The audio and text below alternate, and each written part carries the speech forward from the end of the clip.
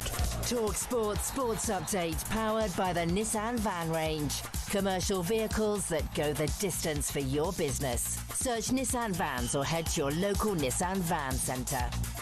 With the headlines at 1 minute past 10, I'm Tom Clayton. Good morning. After a disastrous North London derby, the blame game has well and truly kicked into gear at Spurs. Thomas Frank has taken responsibility for the setup, but talkSPORT's Henry Winter says the players are equally culpable.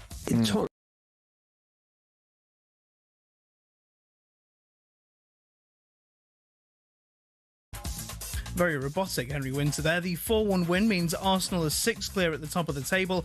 But as Eberechi Eze grabs the headlines for his Derby Day hat-trick, Arsenal superfan Piers Morgan says the one man behind it all, making it all tick, is Declan Rice. So Arsenal are comfortably top of the table, but what of their rivals? Well, can we even include Liverpool in that conversation, as they lost their 6th game of the campaign? They find themselves 11th after defeat to Forest on Saturday. Elsewhere today, Steve Borthwick says he's thrilled with England's progress and developments after rugby's Autumn Nations Series. Victory over Argentina means they have 11 wins in a row and end 2025 third in the world rankings. And the International Paralympic Committee says it won't ban countries from competing in the Games because of their participations in wars. The body's lifting partial suspensions being served by Russia and Belarus. The UK is one of 33 countries who've lodged serious concerns over the decision. Get more news at talksport.com. talkSPORT News. Rachel Reeves is to hit 100,000 properties with mansion tax to balance the books. And David Cameron's revealed he was successfully treated for prostate cancer. More from the news team at past. talkSPORT weather with QuickFit. Rain or shine, our mobile tyre fitting service comes to you, so you can stay on the sofa this winter. Book today at quickfit.com. Conditions apply. Showers and a longer spell of rain moves eastwards, slightly drier in the west, with the odd spot of sunshine.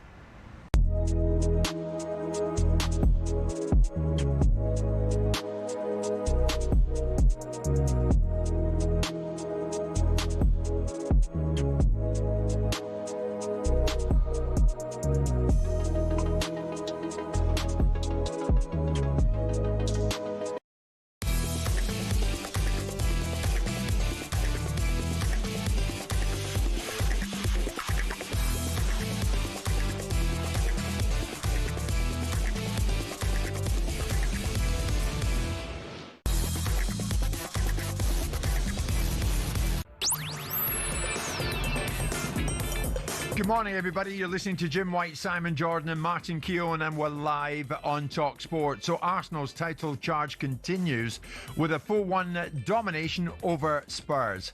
Are the stars aligning for the Gunners? And in Thomas Frank, is he currently a Brentford manager in a Tottenham tracksuit?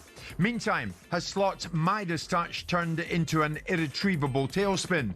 Also today, why is the infamous Elland Road intimidation being directed at their own?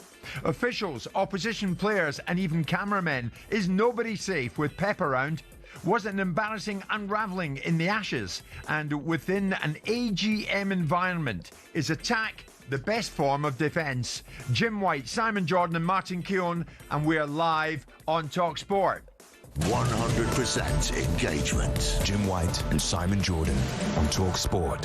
I love that. I heard the other side of the glass here. Let's have it. Monday morning. Martin Keown, good morning. Good morning, Jim. Simon has just come in last minute, so we're all a little bit wondering what mood is Simon going to be in today. What mood are you in He's got today? a smile on his face. Thank the Lord. Thank the Lord. Thank the Lord you're He's here. probably an secret Arsenal fan underneath all There that. we are, yes. There you go. Having sold you a player at a fraction of his worth. Oh, Who was that? Is he? Is it? Oh, Is he? yes. Absolutely. Yes. Palace. Eberechi Eze, boy, did he play well yesterday? Certainly did. It's the A team this morning. Martin alongside Simon, and very soon we will discuss what is going wrong with Liverpool in the company of one Graham Souness. We haven't spoken to Graham for a while, Simon. Be interesting to get his take on it. Yeah, absolutely. I mean, I didn't hear much about what Graham thought of Slot last year, but obviously it was difficult not to think anything good of Slot or any other than good of Slot because of the manner in which he won the league. Yeah. This is a bit more challenging for Slot. A few more questions. Souness going to join us very shortly. Graham, looking forward to speaking to you. Martin, Arsenal, quite rightly take centre stage this morning. Arsenal hammer Spurs 4-1 to go 6 clear of Chelsea in second. Manchester City 7 points back. Liverpool, can you believe it, 11 points adrift. No wonder Arteta thrilled post-match. Well, a great day. I enjoy every minute of it, from the preparation.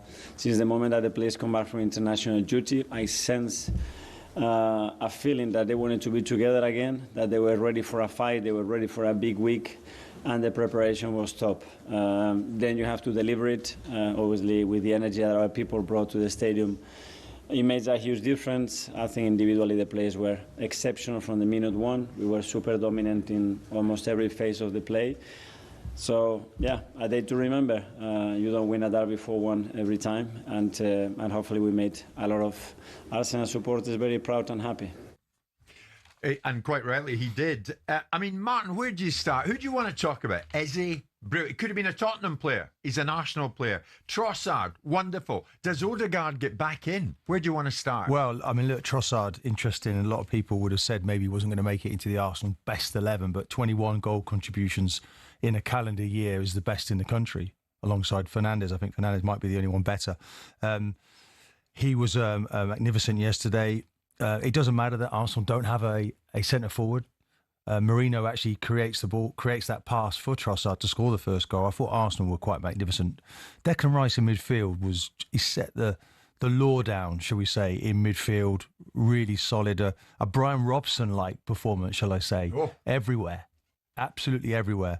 And then, of course, Eze came into the fore, and if you pay the big bucks, Jim, you get quality. The guy is absolute class, and to get a hat trick, an awful lot of players been down this road, many games, many derby games, not managed to accomplish a hat trick. First hat trick from an Arsenal player against Tottenham since 1978, and it was Alan Sunderland. Alan Sunderland. I actually played with Alan. It was a very good Arsenal player in a period when Arsenal were winning FA Cups.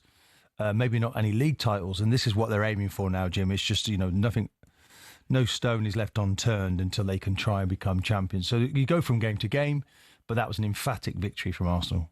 I mean, this was a moment, was it not, Simon? This is a landmark performance from Eze in an Arsenal shirt. Sliding doors moment. What if Arsenal hadn't come back in to hijack Tottenham's move in the summer? Oh, he's a great player. You're preaching to the choir. I mean, Palace saw the vision and took the plunge 2, 3, 4 years ago when Dougie Freedman took him out of Queen's Park Rangers. He's been a revelation at Palace. And he's gone on to be a revelation at Arsenal so far. I mean, we have to factor in the fact that there was a very lacklustre and poor Tottenham Hotspur side. But it's difficult to see at this moment in time where the challenge comes for Arsenal. There is a possibility that Arsenal could run away with this Premier League. I'm not forecasting that to be the case, but it's difficult to see. The challenge is evidently not coming from Liverpool. Yeah. Manchester City, whilst peaking at times, are still susceptible to losing games, as we saw on the weekend. The league can change very quickly. It was about 4 weeks ago where everyone was going, what the hell's happened to Aston Villa? They can't score goals. They can't win a game. Now look at Aston Villa. And so it can change, but it looks like it's very difficult to forecast where this challenge comes from. And it certainly doesn't come from Tottenham, not based upon those performances, not based upon their outlook, not based upon the focus of their players and the commitment of, I hate this expected goal nonsense, but notwithstanding it gets factored into the conversation. And if you're getting expected goal outcomes from a side, one last week when they were playing, or 2 weeks ago before they went to the international break, when they were playing at home, it didn't look like a score in a week. And it wasn't much better yesterday either. Something there for Thomas Frank to work on, but it's got to be also, people have got to stop it with these managers. They've got to be given a little bit of breathing space. They've got to be given a little bit of latitude to be able to build a team in their image. Yeah.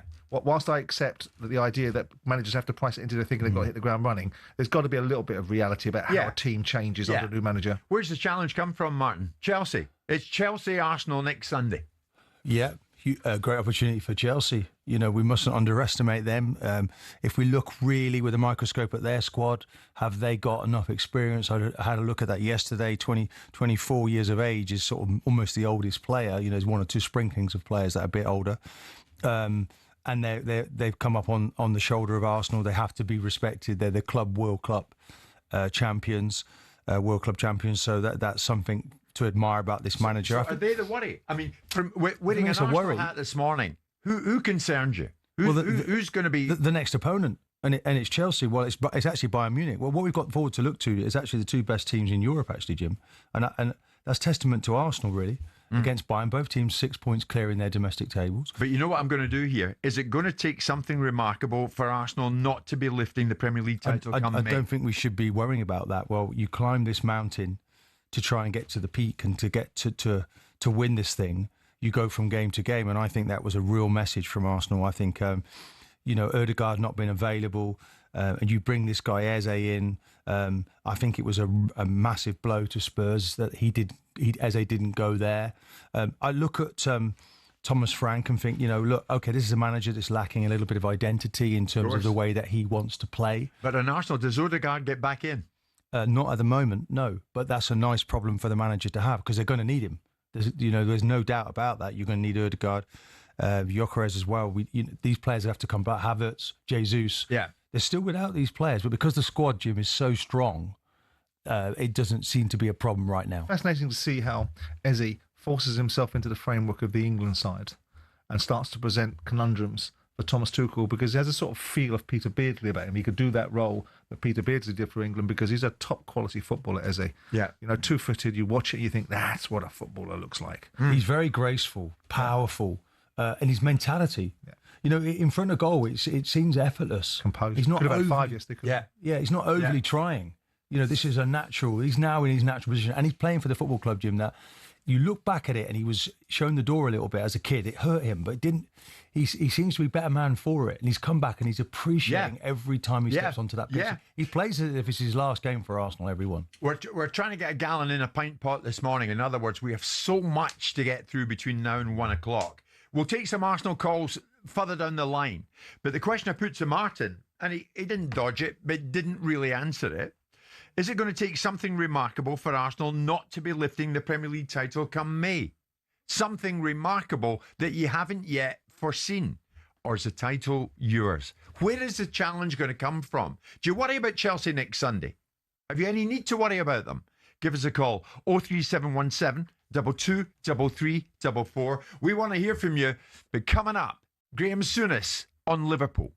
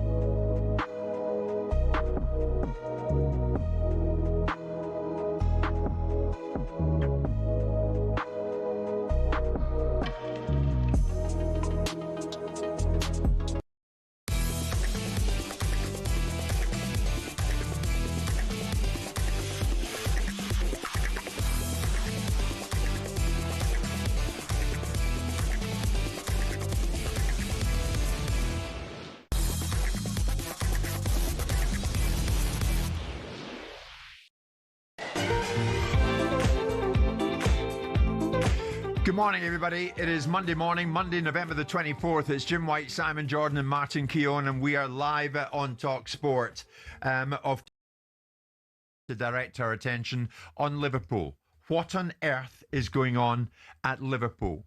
Liverpool are the champions, but under Arne Slot, even with all the big money buys, it has gone thoroughly pear-shaped. They lose at home to Nottingham Forest. Well done to Nottingham Forest. But having said that, this was Liverpool's 6th defeat in their past 7 league games, and they are down in 11th place. Who would have thought it? Former captain Graham Souness joins us live on the show this morning. Graham, great to speak to you again. It's been some time, but the circumstances aren't that great, are they? Do you recognise Liverpool Football Club right now, Graham? Your club? No, I think everyone who knows anything about football would be majorly surprised. There's a saying, Jim, you should never be surprised. There's surprises in football. If I can tell you a quick story, when I played there, we lost to Man City on Boxing Day one year. We went to 12th in the league. And we must have been a good team because the season before we'd won the European Cup. So we go to 12th on Boxing Day. And I knew the staff, well, we all knew the staff were at their wits' end. Now, I worked with some of the best football people that I've ever been, Bob Paisley, Joe Fagan, Ronnie Moran. And they were on to us in the build-up to it, because we haven't been doing well, obviously, going 12th at Christmas time. And they, ultimately, I could take you to Melwood, the training ground now, to the very, very spot where Joe Fagan stood us in a circle and said, I've given up on you now. Everything I know, every bit of information I could have given you, I've given you. And it's still not working. So now, from this moment on, you're on your effing own. I can't help you anymore. We can't help you anymore. Suffice to say, we went on to win the league. Now, if you're asking me what's wrong with Liverpool now, I can't tell you. Because you don't become a bad player overnight. You don't lose your belief. People talk about small margins in football. You're not talking about a couple of feet. You can be talking about inches. And there's something obviously not quite right, but I can't tell you because I'm not working with them every day. I'm sure they're still having a go. If you look at the manager won't be doing anything different. The manager was successful last year. And very rarely do you get a job in football like he did, where the club was still moving forward. Current group, young group, big budget. How good can it get? Can't get any better than that. So he did a marvellous job last year. Now, this year you can bet he's wearing the same underpants, they're travelling the same way to games, they'll be using the same words, they'll be training the same, everything will be the same, but it's not happening for them. And that is the mystery of football. And when you lot there, I say you lot in a nice way, talking about it's theirs to lose, is absolute nuts. Anything can happen in our league. I've worked in big leagues abroad, and I tell you, our league is by far the most demanding league anywhere. Big clubs don't get a rest. So it's still very much on for 3 or 4 teams. Yeah, great. And I have to include Liverpool because I know the way the crowd react there. Do you think, they won't give up on the before team. Simon comes in, are Liverpool still in this title race? The story I just told you, I have to believe that. You know, yeah, the way the crowd are. Graham, in 81, you lost 7 games and you won 26. Mm-hmm. You won 5 titles, by the way, okay? And you were winning them back to back. It was a different Liverpool perhaps then. They've already lost 6 games this year. Martin, you've been around the block several times. You know there's madness in football. Anything can happen. They'll have to win virtually every game of the season. I thought I was a betting man, which I'm not. I wouldn't bet on them. But I think you'd be mad to bet against them unless you're a really keen gambler. Football is full of surprise. That's why it's the most loved, most watched, most interesting sport in the world for me. Graham, is there any thought process in your mind that Slot's getting a little bit found out? Not because I want you to be controversial, but because he assembled nothing last year. He assembled a group of players that were already fit for purpose, that Klopp had left a wonderful legacy for him, and he pointed them in the right direction, which is, I know, is a bit simplifying the position. Now he's having to restructure a team, certainly, spent 400 or 500 million quid to put some different players into the squad to build a team because tragedy, loss of players, lost circumstances, and so on and so forth. Is there any thought process, Gray, that this is a little bit more of what Slot really is rather than what he was last year? Well, you're right. I agree with part of that, Simon. I mean, he walked into a dream situation and all anoraks last year, and of course, I've pages to fill and stations to get on there and offer their opinions. I didn't see anything different in Liverpool last year. He inherited a fantastic group of players, and he started the season trying to get that message across again. Nothing changes. Let's just keep doing the same things. When you talk about forget he spent any money. This is the way I would look at it. Forget he spent any money. What about the group that were there last year that are not turning up this year? Forget what money he spent. And, if you've been in business, you've had a football club, you revert to type, don't you? You think, well, that's not working. I'll try to tweak it a wee bit. We can maybe revisit that next month, 2 months. Let's just go back to the tried and tested. Let's use the players that won us it last year. And he's tried that, and it's still not happening for him. So I can't give you or any Liverpool supporter an explanation. What about as a Liverpool captain? You've got Virgil van Dijk in the media talking about this isn't good enough, we're not winning enough battles, we're not enough duels. So when you revert to type, these players don't look like they're at it, and that's on them, isn't it? That's where I'd be looking. The players that have been down the road, they know what's expected at Liverpool, they know the demands that's put on them at that football club by their supporters. That's where I'd be looking. You're right. I think listen, you can look at it this way. Are they as good as we thought they were? Maybe not. People that were talking about being great players, are they really great players? Because now you find out about great players. Now the people who really, really matter at a football club. You only need one out and out leader. One. And then you've got the ones that will dodge in and out of being a leader, and they join that one. And all of a sudden, you've got a very strong dressing room. Who's that man now? Who is? Without giving any names away. 5:30 on Saturday, I phoned an old player pal of mine. We played in the same team at Liverpool, won everything together. And I phoned him. I said, "What has happened today?" And he said, "Chelsea, you wouldn't believe what's happened." He said, "They've gone." He said, "They've gone." And I said, this is a bit that, and this is my next question. This is a bit I said, which I think told me everything I need to know. Was anyone getting angry with anyone on the pitch? He said, no, their heads were all down. That's not a good sign. And I'll come back to your point, which is, Simon, which is the correct one. Is there any men in there that can now stand up, take the pressure off the manager, take the pressure off the staff, and really start pointing a finger at a few people that are maybe just, when you're on the ball and they're standing behind the player instead of showing for it, just little subtle things that you can tell if they're on it or not. Would you question Virgil van Dijk's leadership right now?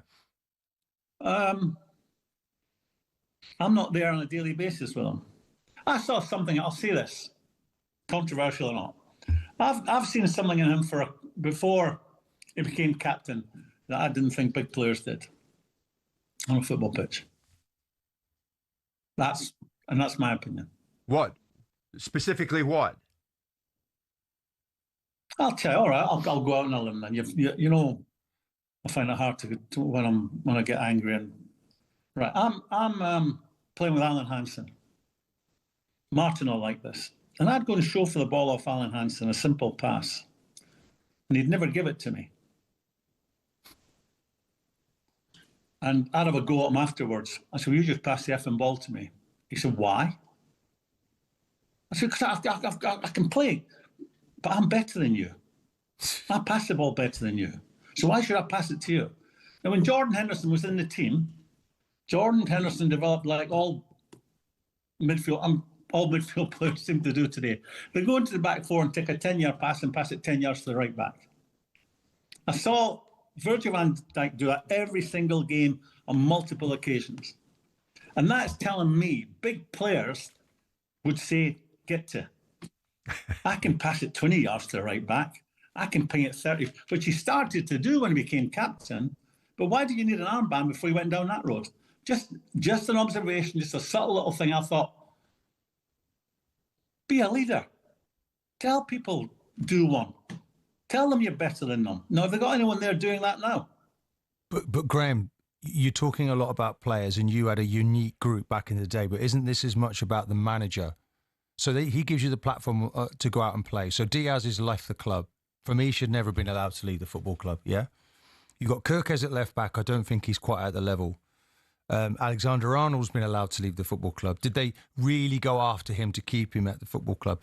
You know, you've changed the makeup of your midfield to be more creative, and actually it's made you more vulnerable. And you spent a fortune on strikers, and you don't seem to have any connections. There's no relationships. There's no real chemistry. There wasn't a lot wrong in the Klopp days. I thought he came in slot and enhanced it. He gave them time. They weren't crazy Klopp anymore. They were calmer in their build-up and in their press. This year, the wheels have come off, and it doesn't feel like the manager knew the answers after the game. That's the biggest. There's a worry that the players look like they weren't really putting their foot in, but when they don't know what to do, they do nothing. So the question is, does Slot have the answers? Does Slot have the answers? What do you think, Graham? Well, we'll come back to it again, Jim. We talk about big players. Big players come up with the answers. You know what, Simon? Well, what you're alluding to there, let me tell you, if you agree with this, Mark. When I played football, you know what my priority was? It wasn't to make clever, cute passes. It wasn't to try and score a goal. It was to make life as easy as possible for my two centre-halves. Mm-hmm. So I never ventured too far from that unless the game developed in a way we were totally dominating. I think right now, when you look at a team conceding goals, people automatically, and you go back to City last year, for me, again, just my opinion, the ills of Man City last year, you had Gundogan and De Bruyne, who just couldn't, and you're talking small margins, just couldn't do the intensity of the press from the start of the game to the finish. And all of a sudden, the back four looked vulnerable because people could break that press. I think Liverpool might be looking at that problem as well. I don't feel the mix in midfield is correct. They're all very good on the ball, but when there's a transition, do they sense that danger and do they do it collectively? And I think with Liverpool looking vulnerable, as they have been. 20 goals conceded so far. As Man City did last year, I think it's more to do with their midfield than anything else. Graham, we're loving what you're giving us, and judging by the reaction from Liverpool fans, so are they. We're going to take a brief time out and return to you. Graham Souness with us live on talkSPORT.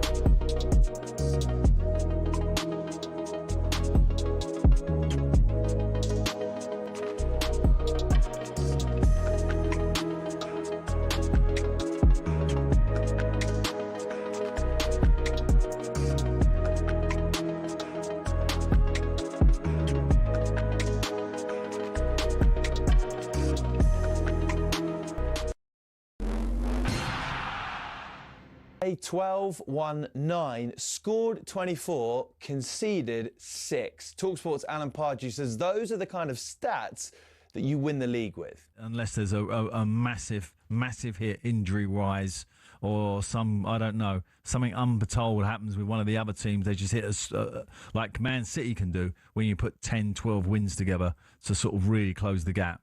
I can't see anyone catching them. He was well impressed with Arsenal's 4-1 shellacking against Spurs in the derby yesterday with Ebe Eze's hat-trick, but he insists Thomas Frank isn't out of his depth at Tottenham. Emotional and frustrated, and we need to look into it with calm heads in that situation.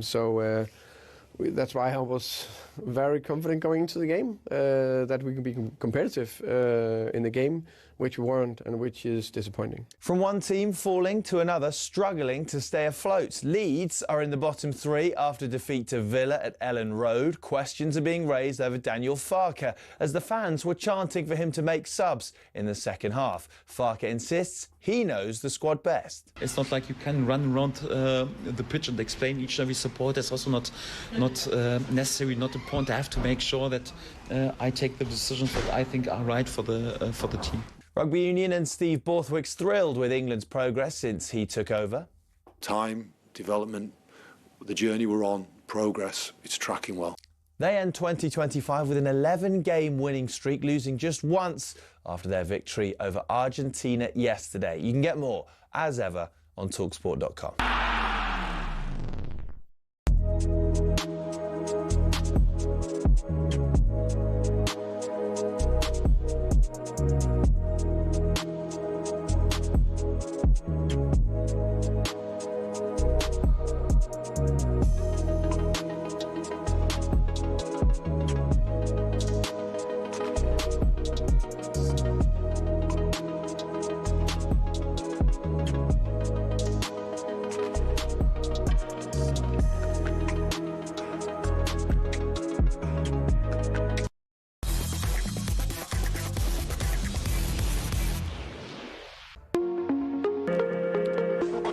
Good morning, everybody. It is Monday morning, Monday, November the 24th. It's Jim White, Simon Jordan, Martin Keown. We're live on talkSPORT, and we're live on your TV as well. You can watch the show as well as listen to it. And many of you are watching live on YouTube, and many of you are listening to talkSPORT, and many of you are reacting to former Liverpool captain Graham Souness's comments this morning on what has happened to Liverpool. They lose at home to Nottingham Forest at the weekend. They're 6 defeat in their past 7 league games, and now Liverpool this Monday morning, having won the title last season, sit 11th right now.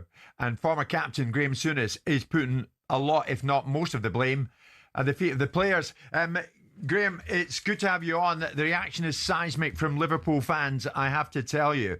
Many of them in complete agreement with you. But having said what you've said, Joe Fagan years ago got you guys together and said, right, it's over to you. Over to you.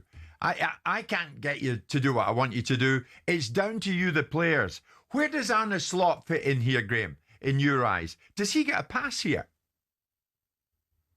No, ultimately he won't. Ultimately, he knows his fate if this continues. But my blame would be on the players right now. As I've said to you already, he'll be using the same words. He'll be using the same tactics. He'll be training the same way. We'll be resting them up the same way. The travel will be the same. Same underwear you'll wear for what? You know, when you're a manager, you get into little quirky things. He'll be doing all that, and he'll be scratching his head, and it'll be keeping him awake at night. Yeah, I put it firmly at the feet of the players at this time. Does he? But I know. Does he not need to? As a manager, you pay the ultimate price. Does he not need to do different things, though, tactically now, Graham? Is it not down to him to mastermind it? No. It's not about masterminds. It's about players. Is that a coincidence, Jim? Martin, Simon, is that a coincidence that all the best coaches have the best players? Yeah, but Graham, isn't it? Is that a fair point? Isn't it beholden on the manager, yeah, to find the right balance, the right chemistry? And it's true to say, obviously, can you think of a signing right now that you'd be looking at actually and thinking, well, do you know, he's added something for the team? They're far weaker this year than last year, and they spent 450. million Martin, pounds. You know the way the clubs operate now. He will have had a say in it, like I'm sure Jurgen had a say in it. But there's other people involved, and I would ask you at this time to take any player they've signed out of this picture, out of this story. What's happened to the guys that won the league last year? Are they the same players? His tactics, his training, his formation, his substitutions, his preparation, everything about him last year was right. That's why they won the league. Because you don't win the league by accident. Yeah, but when you win in one particular way, and you look at Gravenberch in that midfield sitting deep, and McAllister was magnificent one side, Szoboszlai the other, and then you change that slightly, the makeup of that, and you bring Wirtz in to play off the front, so you change the sort of the base of that midfield. It doesn't work. The players can't say, can they, what they think, which is like, okay, why can't they? You've made this worse. I assume internally that the players are now saying, well, there must be a meeting today. There must be a sit down. Why do you think the players can't have their say? Players have bigger say today than they've ever done. Yeah, but you have to know your place sometimes. But look, you can have an honest conversation, but in the end, the manager's word is what goes, and you will dance to that tune. You know that you've been a player, you've been a manager, and I can't help thinking Slot has created this problem because he's tried to be more creative, and they've lost the things that have got them to be champions. I've said this already. He's gone. Forget the players he's bought. Forget the players he's bought. You don't think for a minute he's tried to go back to the system that were winning him games last year. But Graham, how can you forget that Florian Wirtz cost 100 million plus? I'm not. That Alexander Isak cost 125 million. You can't take them out of the equation, surely. Martin, you would have been at Arsenal when Thierry turned up. Yeah. I think the first 8 games he didn't score a goal. They sat him on the bench. And then ended up scoring 26 goals at the end of that season. He's a case in point. It might be a case of when the penny drops with Wirtz. I have to say this as well, that German football is nowhere near as demanding as English Premier League. So you're not going to come. We're now November. He's not turned up yet. They will be hoping and praying that he does. Because, Jim, I'm with you. It's a hell of a lot of money to spend on a player if he ends up not doing the business. Because I'm not sure where the marketplace for him is in the resale. So they would take an absolute nosebleed with that one.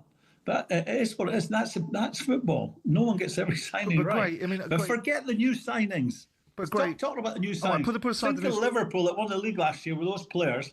What Martin's alluding to, again, is a manager's job is to get the very best out of that group of players. Right now, that is not happening. So he is culpable. To what extent?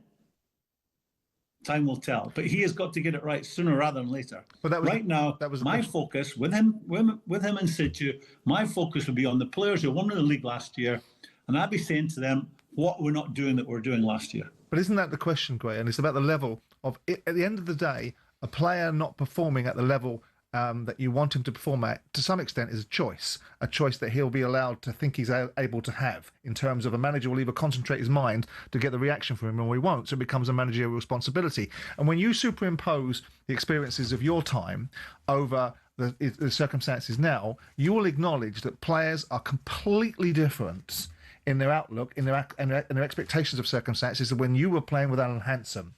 So when you talk about the dynamics of what could happen in this circumstance against what happened 30, 40, 50 years ago, it's a completely different discussion, though, isn't it, Gray? And so it goes back again to what the manager is prepared to do to get the core group of players, put aside the new players, right, that you want to put aside in this conversation. It has to come back to the manager communicating to the core group of players to get them at least operating at a level.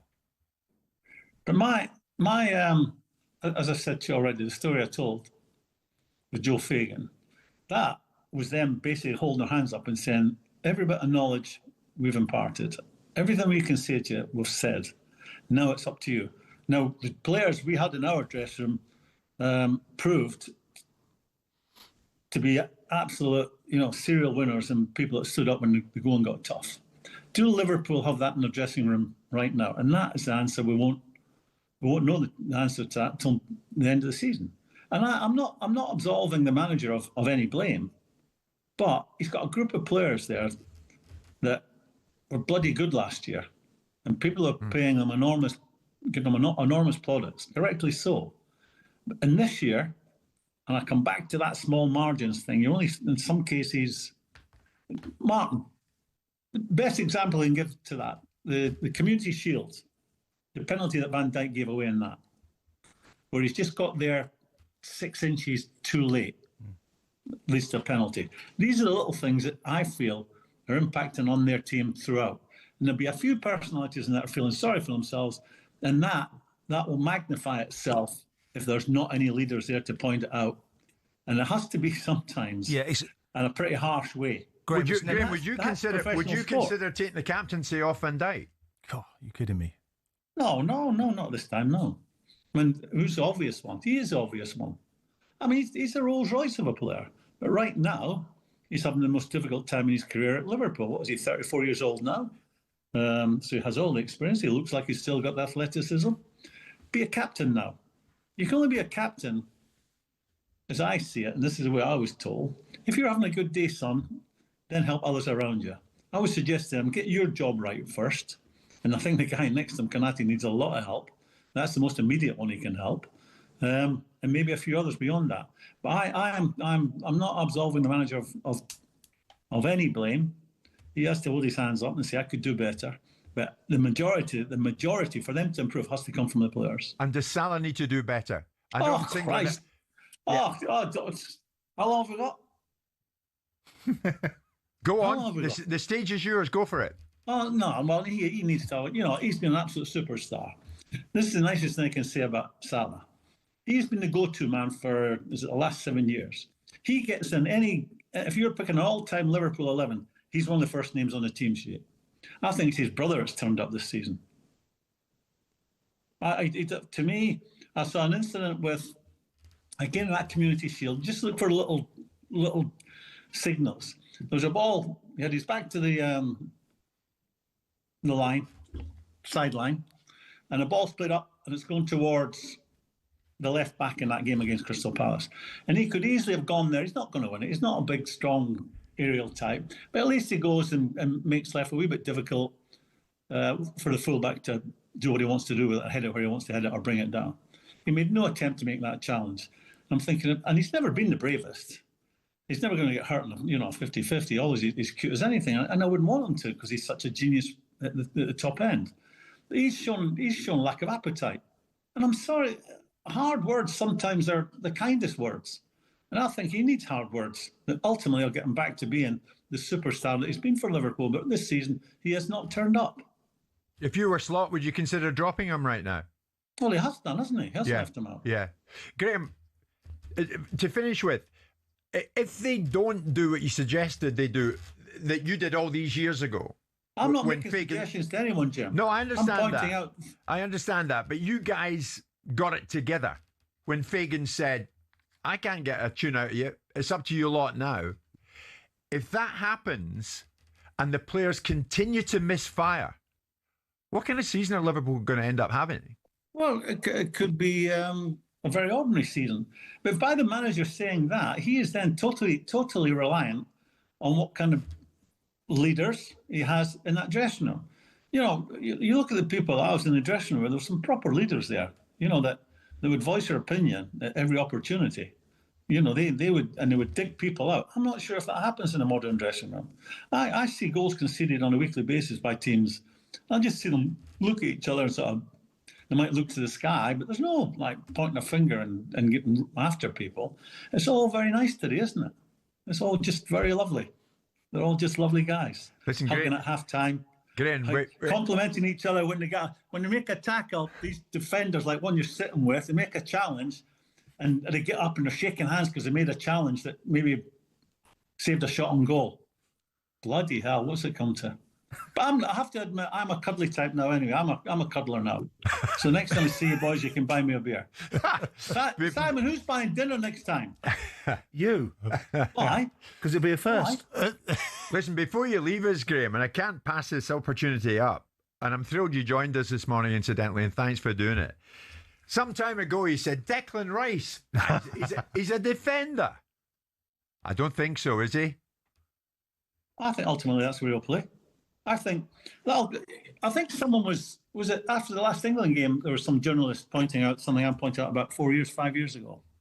I think if you're talking about the defensive side of the game, for a central-ish midfield player, he's a 10 out of 10.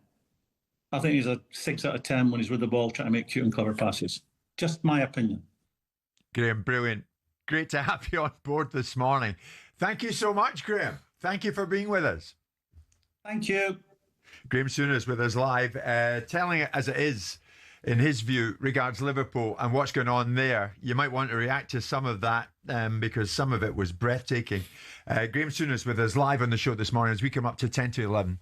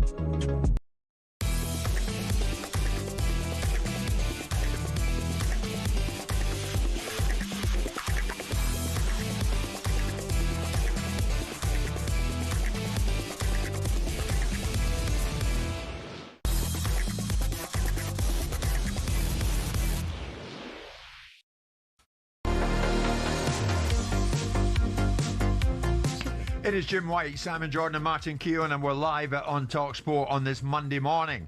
Not any old Monday morning, a Monday morning that Graham Souness joined us live, as you heard, and he gave us his full version of events as to what is going on in his view at Liverpool. In 11th place. That's where they're at the moment in the Premier League. Totally unrecognisable situation there. Simon, later on this morning, we're going to talk about events at the Celtic AGM. Yep. And a lot of Celtic fans asking me, do we have an up-to-date situation on the Celtic situation? Our old chum Martin O'Neill, of course, still in interim charge at the moment. It's my understanding that it's now looking like a matter of time before this fellow from Columbus Crew, Wilfred Nancy, comes over and takes over after Martin has done his interim stint, and it could well be maybe a couple of games from now that Nancy could well be put in position. We surprised that it went so sour the other day at the Celtic AGM when many of those in attendance turned on Peter Lull and son of Dermot Desmond at the event, and the whole thing had to be called a halt. Well, I don't think you can be surprised by anything in terms of people's expectations of what they're entitled to say and what they're entitled to view. There's passions and there's passionate ways of dealing with it, and whether it's the right thing to stop an AGM rather than row back hard, I don't know. I mean, Dermot made a decision, didn't he? He made a decision to go after Brendan and to do something that perhaps most people wouldn't have done, which is say, I'm not having that. I'm not having what you did and what you said and the way that you said it and the narrative that you wanted to seed and the backlash that's coming our way as a result of it. Yeah. Went after him in that press statement. The fans are saying their point of view, and whether there's balance in it, I don't know. But whether there's the right thing to do was to stop a meeting, I don't know. I always like to put. Might be easier said than done. I like to put people back in their box. You want to tough it out? Yeah, I don't like to put. I never. If you have an argument with me on the phone, Jim, I'll never put the phone down. It'll be you to put the phone down before me, and that's the sort of mentality that I have. If I put the phone down, I've lost the argument. So I won't be putting the phone down or calling off a meeting. I'll be rumming back, let them have their two pennies, and then going full throttle back at them. Right, you would have kept the thing going. I think so. Yeah. Easier said than done. I get. Okay, we're going to get to that later on, but that's our understanding at the moment. Another couple of games, and it could well be the time that Wilfred Nancy comes in from Columbus Crew. We heard from Graham Souness a short time ago, Martin, and he was very firmly putting the blame at the feet of the players. It's the players who've got to sort this situation out. It's down to them. Do it. That's what he did all these years ago with the rest of the Liverpool squad when Joe Fagan said, over to you guys. Jim, when I was playing in the 80s, and I played against that great Liverpool team, actually, for Brighton. I think we got beat 8 or 9-0 in the League Cup. I played against Dalglish. He was a magnificent player. In those days, that might well have been how it worked. It's on the players. Now it's like, and I think in those days it was a blame game. We're going to look to people to blame. Now it's not us, the players, and them, the management. It's we. We're to blame. And that works better, I feel. Of course, you'll be looking at yourself and they can have an honest discussion today. There's probably a meeting there. There's an emergency meeting with the players. What's gone wrong? What don't we like? We're not asking you to do too much wrong. I don't think there's an awful lot wrong with Liverpool, actually, to turn this round. I look at their season. Palace have actually massively wounded Liverpool. They've beaten them 3 times this season. That can't be happening, Jim. So they will bounce back. The players are there. The manager's got to get a better tune out of them. They're all to blame. There's a hell of a lot wrong with Liverpool at the moment, Martin. I mean, I'm amazed. Yes, but it can be fixed. It can be fixed. Oh, it might well be fixed. But to say there's not a lot wrong, I mean, I don't know what you're looking at. There's 6 defeats in their past 7 league games. With the right work, with the right discussion, they're 11th. With the right meeting. Danny Murphy said, you get Florian Wirtz through the door, it's done.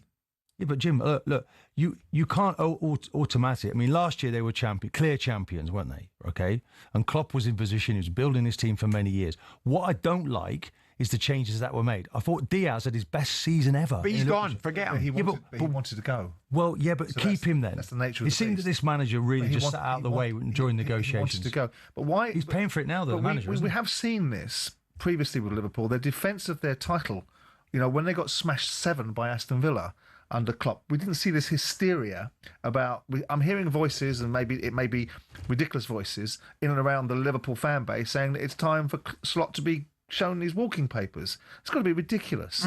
They defended their Premier League title when they won it in 2020, right? The 2019-2020 season during COVID, very poorly. So here they are again. replicating that. Now, I don't know what that tells you. What it tells you is this Liverpool side, as much as I love Graham, bears no relevance to the Liverpool side that he was in, because the culture and outlook of that side that was seeded, and as Martin talked about, was seeded in winning all the way through the 70s, in the 80s. And this Liverpool side is having sporadic successes. It's a very good Liverpool side. It's won European Cups. It's won the Premier League.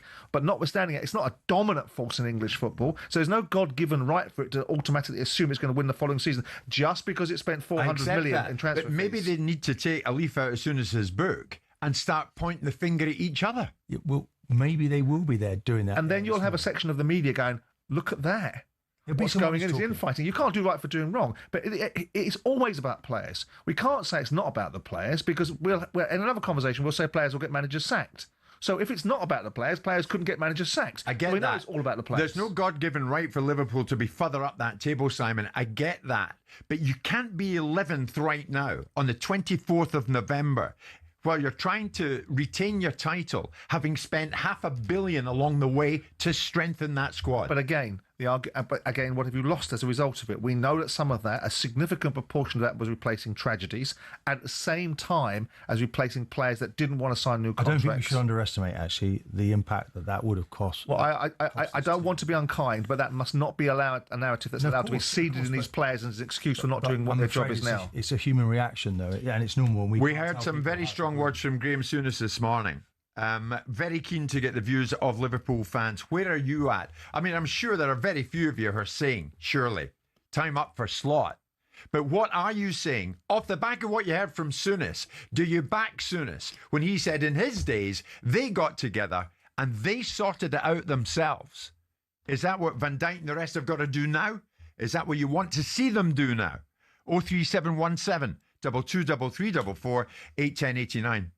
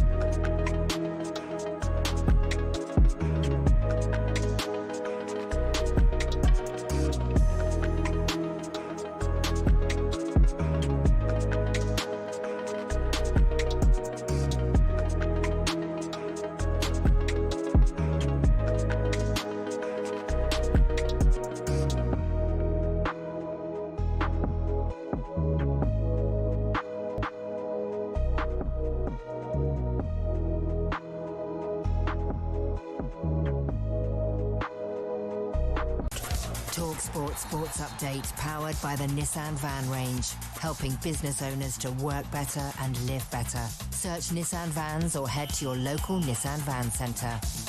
With the headlines at 3 minutes past 11, I'm Tom Clayton. Good morning. With Arsenal 6 clear of Chelsea at the top of the table, where does the realistic title challenge come from? City is 7 points back, Liverpool 11, and Arsenal just cruised to a North London derby win without a striker. Here's Arsenal invincible Martin Keown. It doesn't matter that Arsenal don't have a centre forward. Marino actually creates the ball, creates that pass for Trossard to score the first goal. I thought Arsenal were quite magnificent. Meanwhile, what next for Thomas Frank as Spurs slip to 9th? Is he under pressure? Simon Jordan reckons those calling for his head should lay off. People have got to stop it with these managers. They've got to be given a little bit of breathing space. They've got to be given a little bit of latitude to be able to build a team in their image. Yeah. Whilst I accept the idea that managers have to price it into their thinking they've got to hit the ground running, there's got to be a little bit of reality about how a team changes under a new manager. Well, as I mentioned, Liverpool are 11 points off top, 11th place and well behind Arsenal in the race for the title.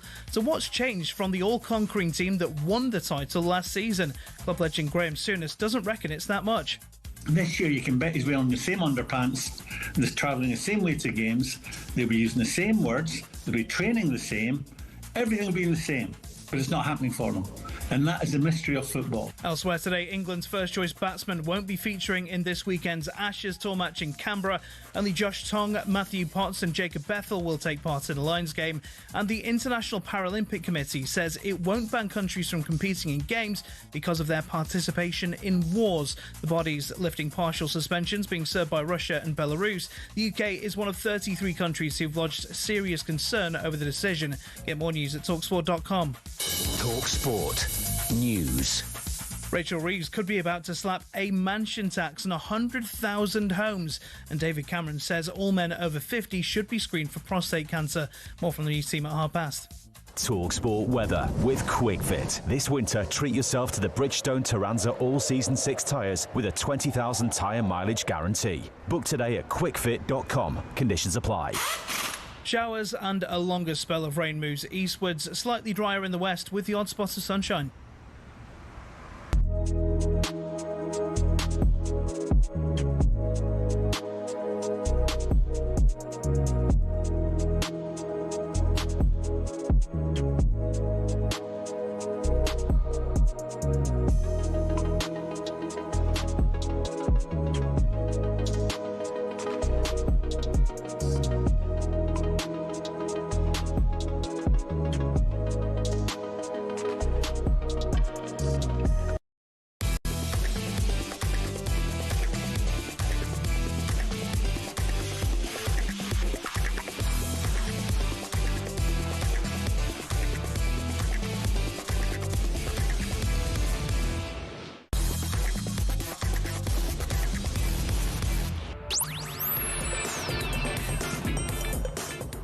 Good morning, everybody. It is Monday morning. Jim White, Simon Jordan, Martin Keown, and we are live on talkSPORT. I want to thank everybody for all the messages that are coming into this show. It's quite unbelievable, the numbers of you who are involving yourselves with the show this morning. And that goes for the callers as well. We're about to embark in some Liverpool calls. And where do we start? Especially after we heard from club legend, former captain Graham Souness, who joined us live there, told the story that many years ago, when it went pear-shaped for Liverpool with him as captain, Joe Fagan said, over to you guys. Well, Souness and the rest of the players got themselves together and they sorted it out. Is that the way forward for Liverpool in this situation? What worked then, would it work now? If Van Dijk was to call a meeting today and say, it's down to us, how does it get turned around at this stage? And turned around, Liverpool fans hope and pray it will be. This was Liverpool's 6th defeat at the weekend in their past 7 league games. They lost 3-0 at home to Nottingham Forest. Nobody saw that coming, or did they? The way it's going. And now Liverpool sit in 11th place. 03717 223344 810 89. The calls are flying in. Simon is here, so too is Martin Keown. Frank, good morning. You're first up. What was your take, if you heard him, on what Souness said to us this morning, Frank? Good morning. Hi, good morning, boys. Thanks for having me on. I go to the games and I've been to the last 44 out of 45 Premier League home games. And this side of Liverpool at the present time has not got a Graham Souness, a Jimmy Case, a hard man. They haven't got a Steven Gerrard. They've got no spine in the side. They've got a great goalkeeper. Konate's gone missing. I don't know what's happened to him. I think the problem with Van Dijk is he's having to carry too many of the defenders. They've got no strength in midfield, and they haven't got a goal scorer. Yeah, but Frank, did you have a Graham Souness, a Jimmy Case last season when you won the title? No, but the players we've got this season that have been there for a while, they're not performing. They're not performing. There's no bottle in the side. They don't tackle. There's no aggression. The match on at the weekend, the first tackle came in an injury time off McAllister when it didn't matter, when we got stuffed by Notts Forest, taken apart by a team that we should be walloping every week. Florian Wirtz has come in, and the big thing I've noticed is, as world-class as he's meant to be, he's frightened to tackle.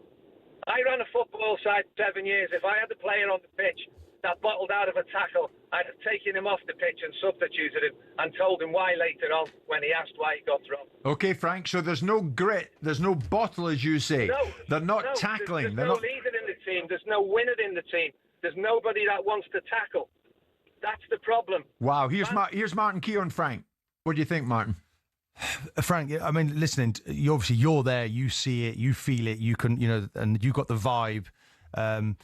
Do you feel that this has come? I mean, you can aim it at the players. I mean, we were talking, obviously, the 80s, it seemed to be commonplace, didn't it, to tell everybody every day where to go. We could almost do with that on the show here sometimes. It'd be lovely to go back to that. But the world we live in now, you only get that chance in a crisis meeting.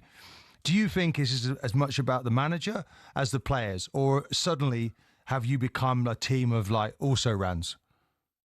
Well, when we won the league last season and then we played PSG, we've not played well since that. Mo Salah's been off the pace. I don't know where he's gone. Everybody's blaming the Jota tragic incident, though it was.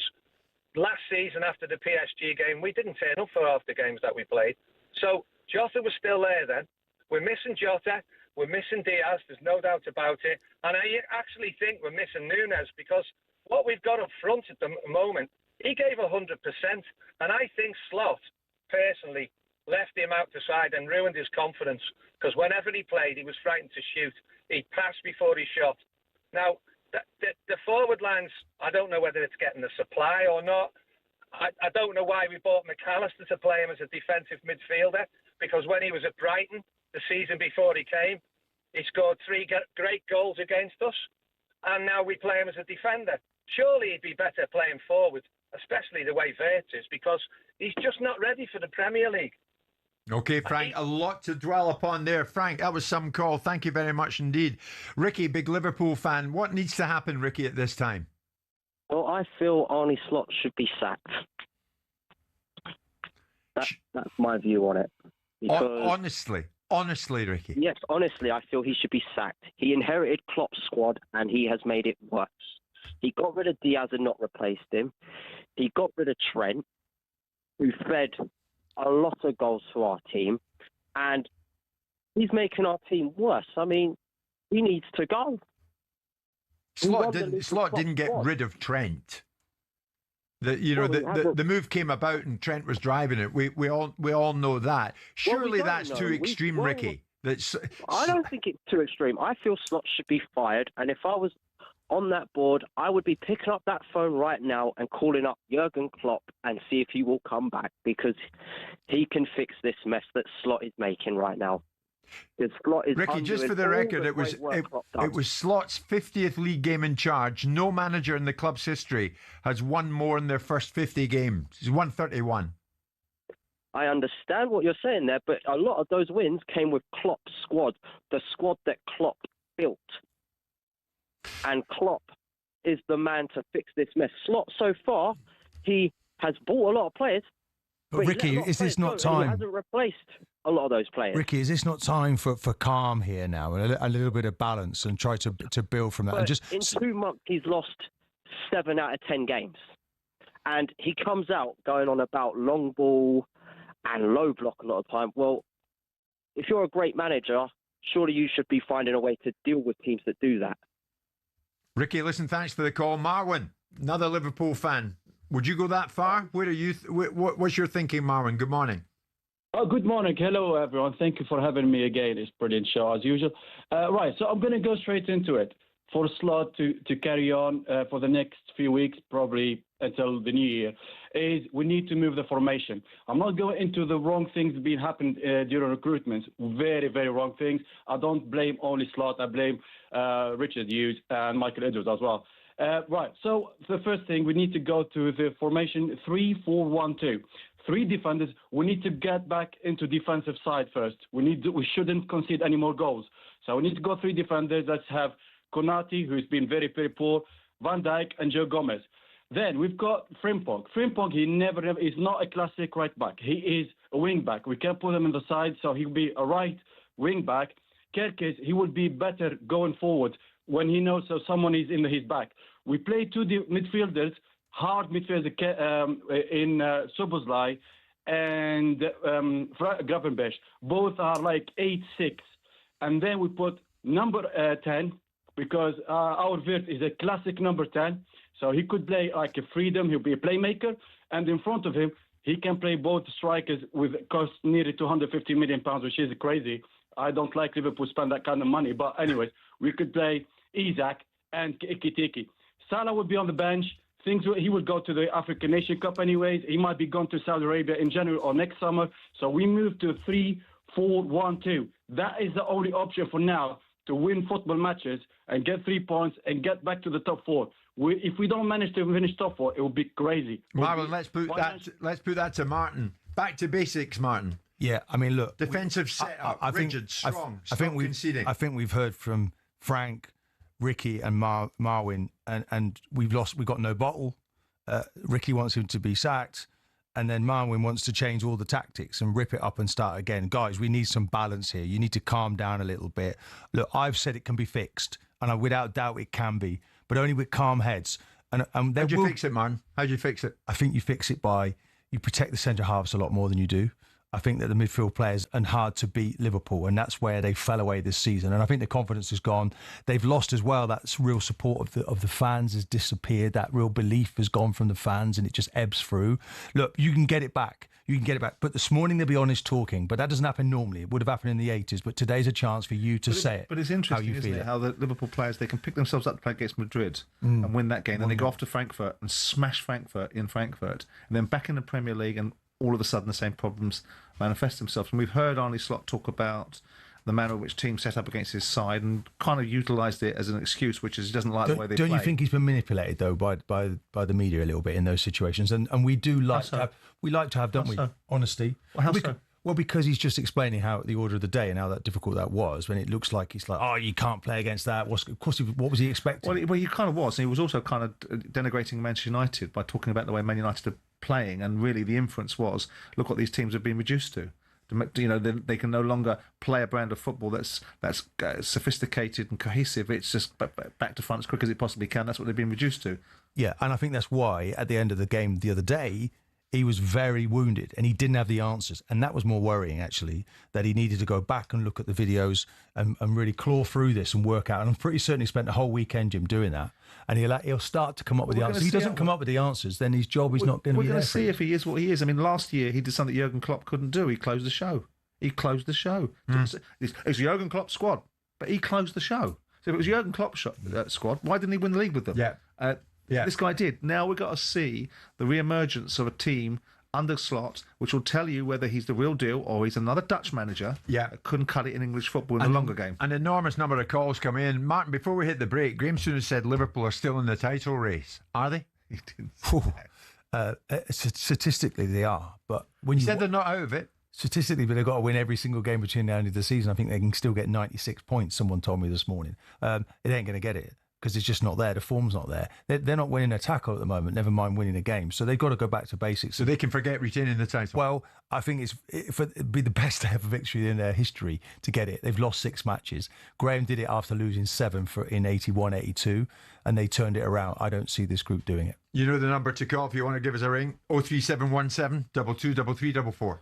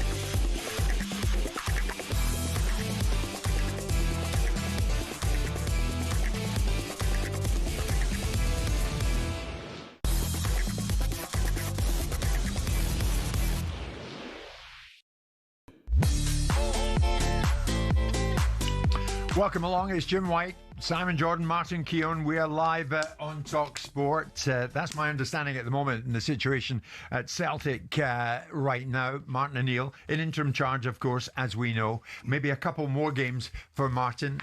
One in Europe, one in the SPFL, and then it could well be Wilfred Nancy coming over from Columbus Crew. Anyway, that is far from firmed up, but we are chasing further information on that as we speak. Liverpool next up for them.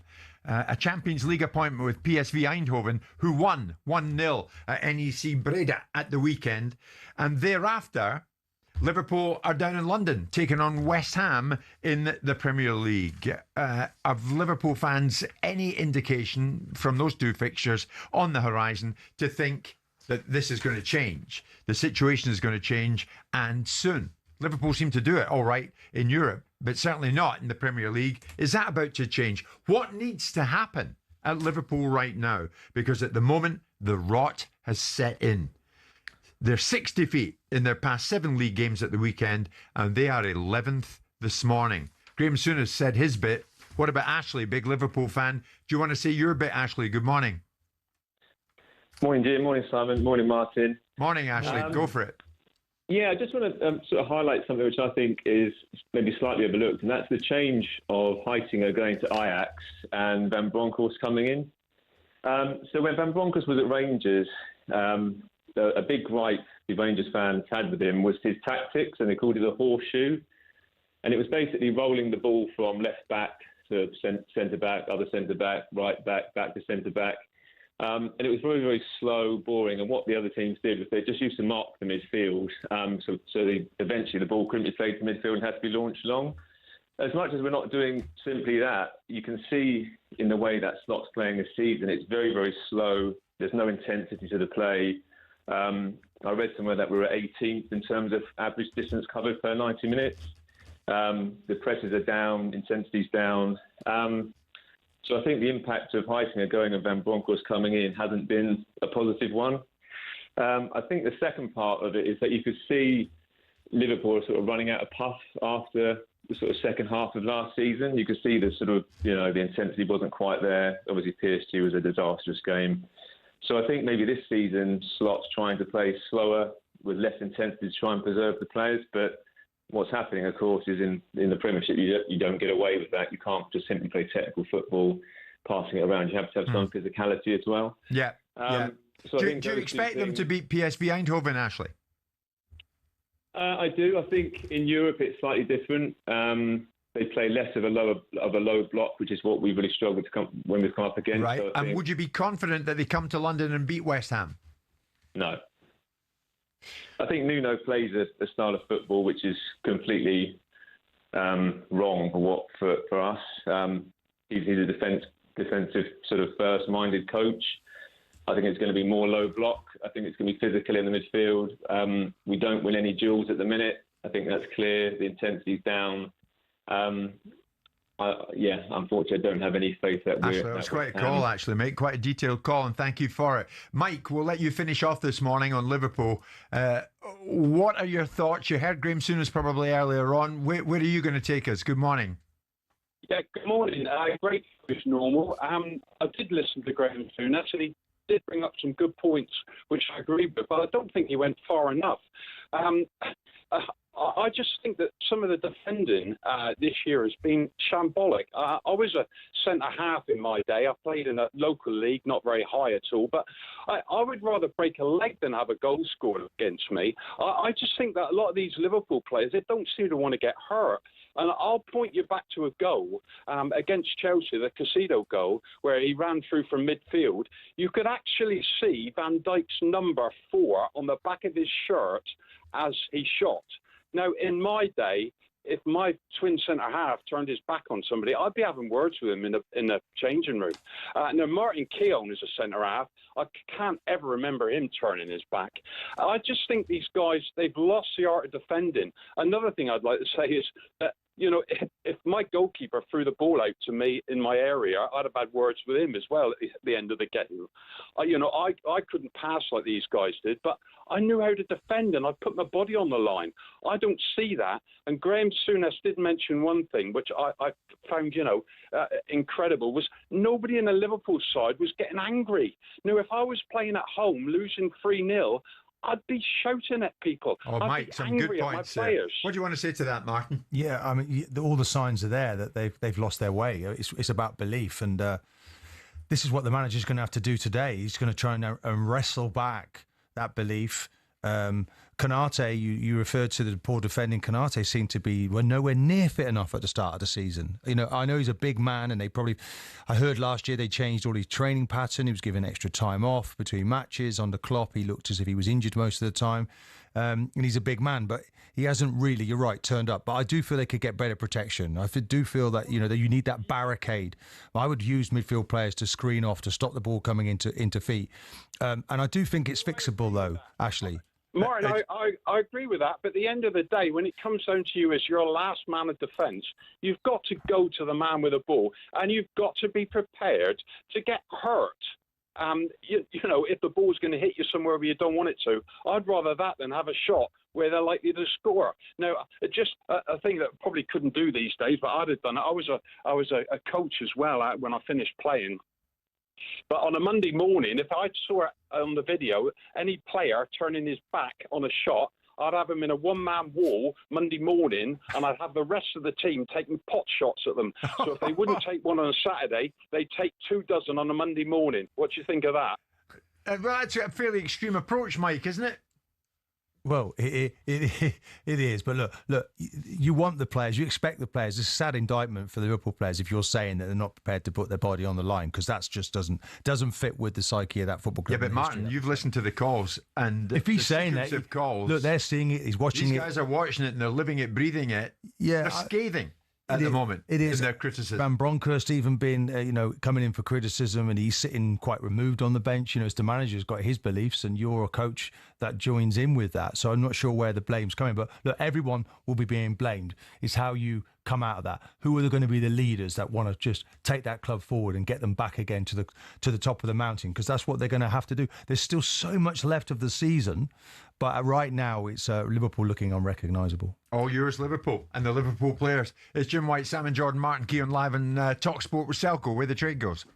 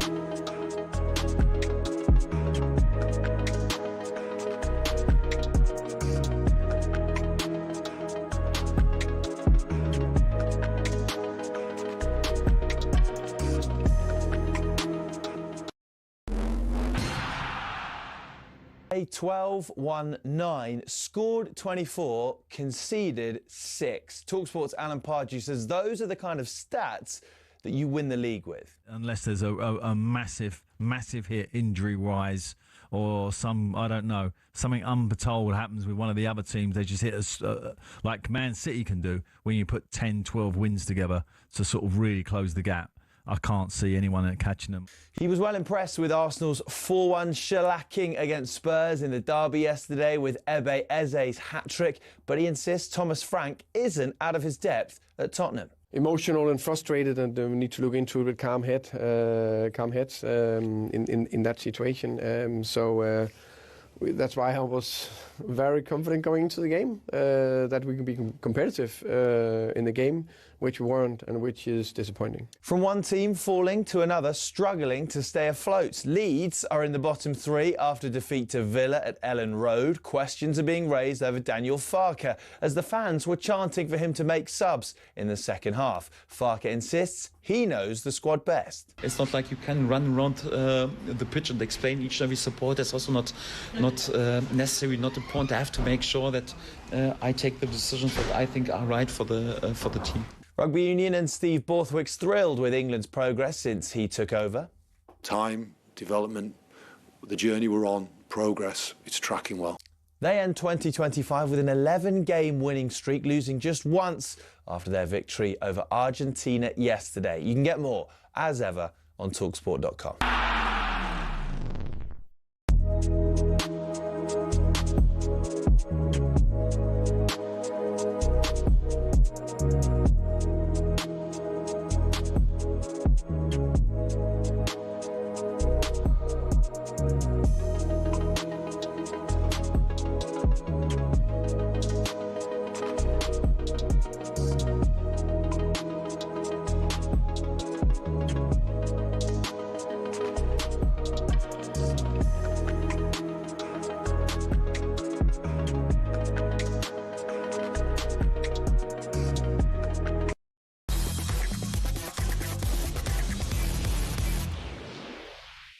It's showtime on talkSPORT with BetMGM. Get ready for the golden era of sports betting. Visit betmgm.co.uk or download the app. 18+gambleaware.org. And we're joined by Matt Gibson from BetMGM. A lot to look at this morning, Matt. No doubt another dismal weekend for you, my friend, though, with your beloved Leeds United. Having said that, we'll get to that, or we might not. We might spare you that this morning. But the top half of the Premier League, Arsenal, Chelsea, Manchester City. Where are you going with it?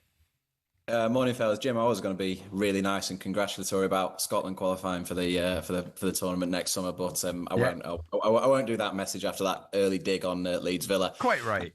We're in the thick end of in the business end of the table. Like Arsenal, superb yesterday. Eze put on an absolute clinic. That's seen them go into 11-25 to win the title. Manchester City just in behind them at 33-10. Chelsea quite a big 14-1. City stumbled a little bit, but still only 7 points adrift. I've said it for a while. Like, if you're Arsenal, you do not want to see City in your rearview mirror. I still think City will be right there. 11-25 is probably a little bit too short for Arsenal, despite how good they were yesterday. And Chelsea have kind of played themselves into contention, haven't they? Really decent results or a good string of results against, albeit Burnley, a team that they should be beating away from home. Massive price still at 14-1 to win the title, but Arsenal next up for them, gents. They could shrink that gap to 3 points. Manchester City play none other than Leeds United, so they'll probably City will probably win that game. So if Chelsea can get over Arsenal, that top of the table's all very much bunched up again, isn't it? It is, isn't it? Do you fear Chelsea, Martin, from an Arsenal viewpoint? I think you have to respect them, the World Club champions that they are. Their manager's form since he's been there has been pretty decent. It's a lot of very young players, Jim. So you have to, when you look at it, you think, well, okay, are they ready yet as a bunch? I mean, the Arsenal situation's taken us 5 years, isn't it? Meticulously putting all these pieces in jigsaw puzzle together. So they're just on the shoulder. And they have a great opportunity at the weekend. They have to play Barcelona first. But these are just great games and you want them to keep coming. But it's how they use their squad. And they have a similar issue at centre-forward. have they really got the strike force to score the necessary goals to be champions? You always said Chelsea are a threat, Simon. You know, they're getting their engines running. Well, they are now, aren't they? Oh yeah, I mean, I said it at a time when everyone was losing their mind over what was happening to Chelsea and how they declined and how much money was being spent, and they were shadow of themselves. And I always felt that Chelsea would eventually find themselves in a situation where they'd win the Premier League sooner rather than later. Do I think it's this season? No, this is a side that got beat 2 weeks ago at home by Sunderland. Let's take things into context. Yeah, the win away at Tottenham was impressive. The 1-0 win away at Tottenham. To beat Wolves and Burnley in quick succession afterwards, we would expect them to win those games. Yeah. Matt, I just want to take time out on Manchester City because post-match, there were a bunch of things that interested us, of course. 2-1 defeat at Newcastle. Guardiola became embroiled in a heated discussion with Bruno on the pitch, the match officials, before bizarrely turning his attention to a cameraman. It came amidst a game, of course, we know, with controversial decisions. City felt they should have had a penalty following a tackle by Sharon Foden, as well as question marks over Newcastle's winning goal, and a potential foul on Donnarumma and an offside against Bruno in the build-up to it. But Pep really, really caught the eye post-match, and he was asked about that. I think it's fine. Everything is fine. So it's what it is. You seem to have a bit of a debate, should we say, with Bruno Guimaraes all the time as well, and I think Gigio had a bit of a... Yeah, I asked what happened with Gigio and him, and and no, everything is fine. Everything is fine. Well, he would say that, but Martin, does he get away with it more than most, do you think? Maybe, but then he's winning most of the time, isn't he? So, I think it was only last year he didn't win something, and then that first season he was at the football club with Man City. So you can be emotional. I think he's a passionate man. I think Bruno is a frustrating player because he's either getting a foul or he's fouling somebody. He's involved in more contact than anybody else. So, no, I don't like the look though of talking to another player. And I think, yeah, but also, with Bruno, he spent a lot of time with Guimaraes, didn't he, arguing with him after the game, and because he's got great respect in the game, people don't really go there, but we've seen that before. He's got a short fuse though, Simon, hasn't he? Pep, post-match. Yeah, to an extent. I mean, we've seen him go on the field and talk to players and praise players as well, haven't we? Exactly. Which I always find a bit curious. Mind your business and get on with your own team.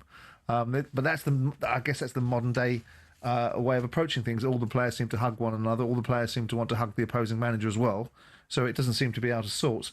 But I don't take much notice of it. I don't look at it and think it's particularly overly controversial. I think this idea that football managers now have to go on the field post the game is a strange phenomenon. Must be part of the entertainment package that's now been generated in the eyes of what people expect to see on a field. But I don't understand the purpose of it. I don't understand the purpose of a manager having to go onto the field after the game, get down the tunnel and deal with whatever you want to deal with down there. Yeah.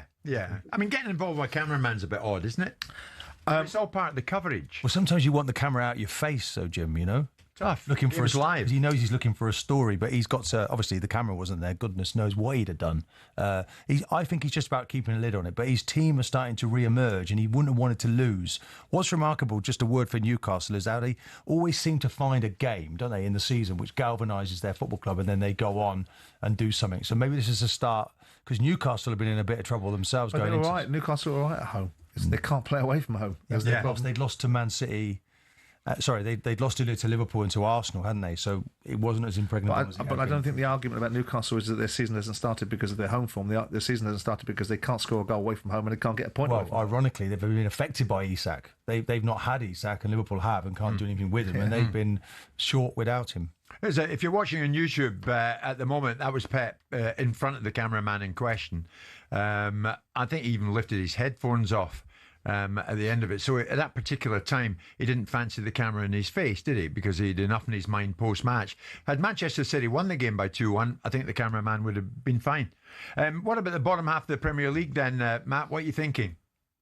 For what it's worth with Pep, gents, I do think he has a point around the Foden penalty, and maybe a camera in the face at full time's not the best timing. But Bottom half of the Prem, gents. I did not think we'd be talking about Liverpool in there. I know you've been discussing what's happening with a team there, and not quite clicking. They will come good. They have got a great manager. They have got great players. They're just having a down period at the moment. But Forest and West Ham have really picked up, made big bold changes to change the manager. And I think they're both 7 points in the last three.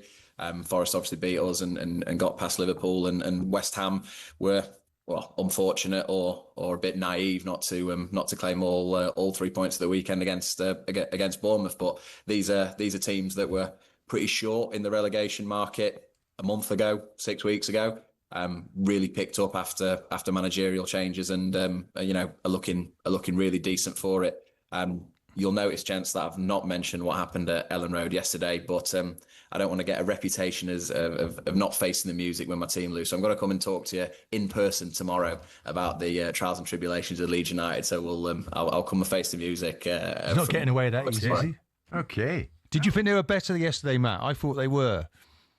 Leeds. They were, but as soon as Villa equalised, and to be fair, Emery made some really decent changes. I think he brought the lad Marlon on, and then he's straight involved with the goal. The Dutch lad down the right put the cross in for Rodgers. I think as soon as that goes in, the writing was kind of on the wall. I'm not so sure about our goalkeeper from the free kick. Looks quite central from where I was stood, and the keeper doesn't really move. I think the issue is with us, I don't think we've necessarily bought in the summer as well as we should have. You look at guys down there, West Ham have bought Wilson, they've got Bowen who can score.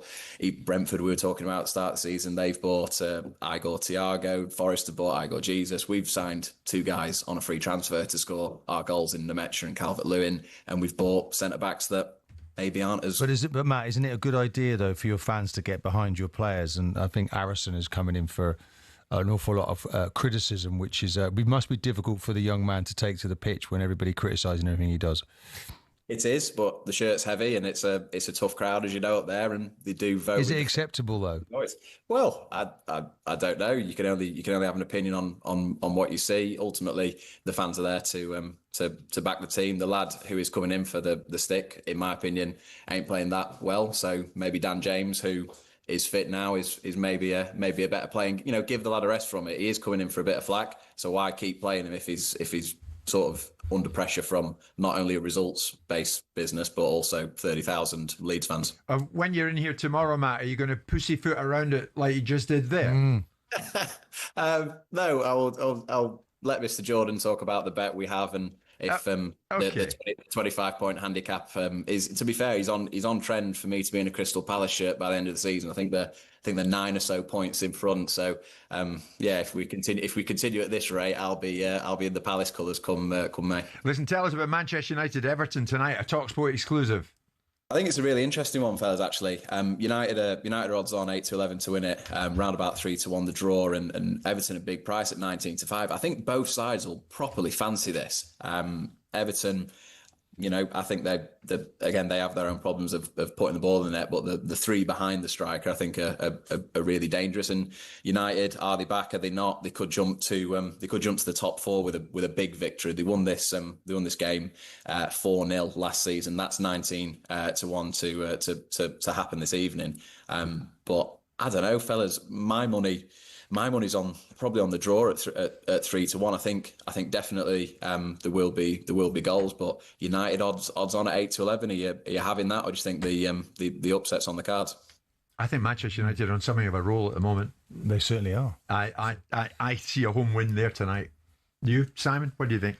I would pick United to win tonight. Yeah, don't discount David Moyes, obviously what happened to him as a manager when he went there, and Grealish could be the thorn in their side. It'll be interesting. The system is continuing to work for Manchester United, but I'm not a fan of it. So what you're giving us an Everton win? I'd like to see Everton win it, yeah. Yeah, of course, your former club, of course you would. And we know what you think of Manchester United, Martin.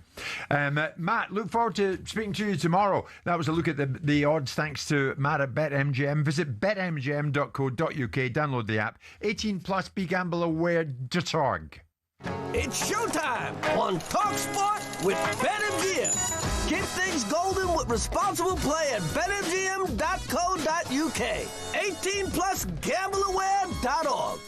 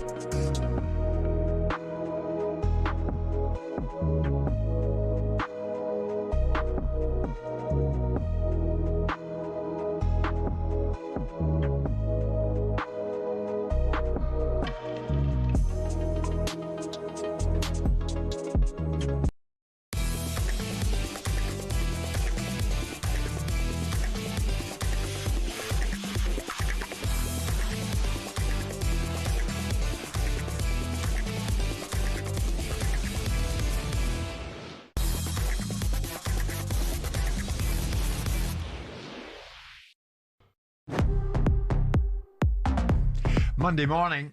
And of course, while we run for cover after a weekend of rain, over in Australia, the weather is absolutely beautiful. But that was about it as far as England were concerned in the first Ashes Test. An embarrassing batting collapse saw England lose the first Ashes Test to the Australians in just 2 days. We're going to be joined very shortly by legendary England cricketer turned commentator David Lloyd. But before that, what actually did go wrong? An 8-wicket win puts Australia 1 up in the series, but leaves England with many unanswered questions. Ben Stokes, post-match.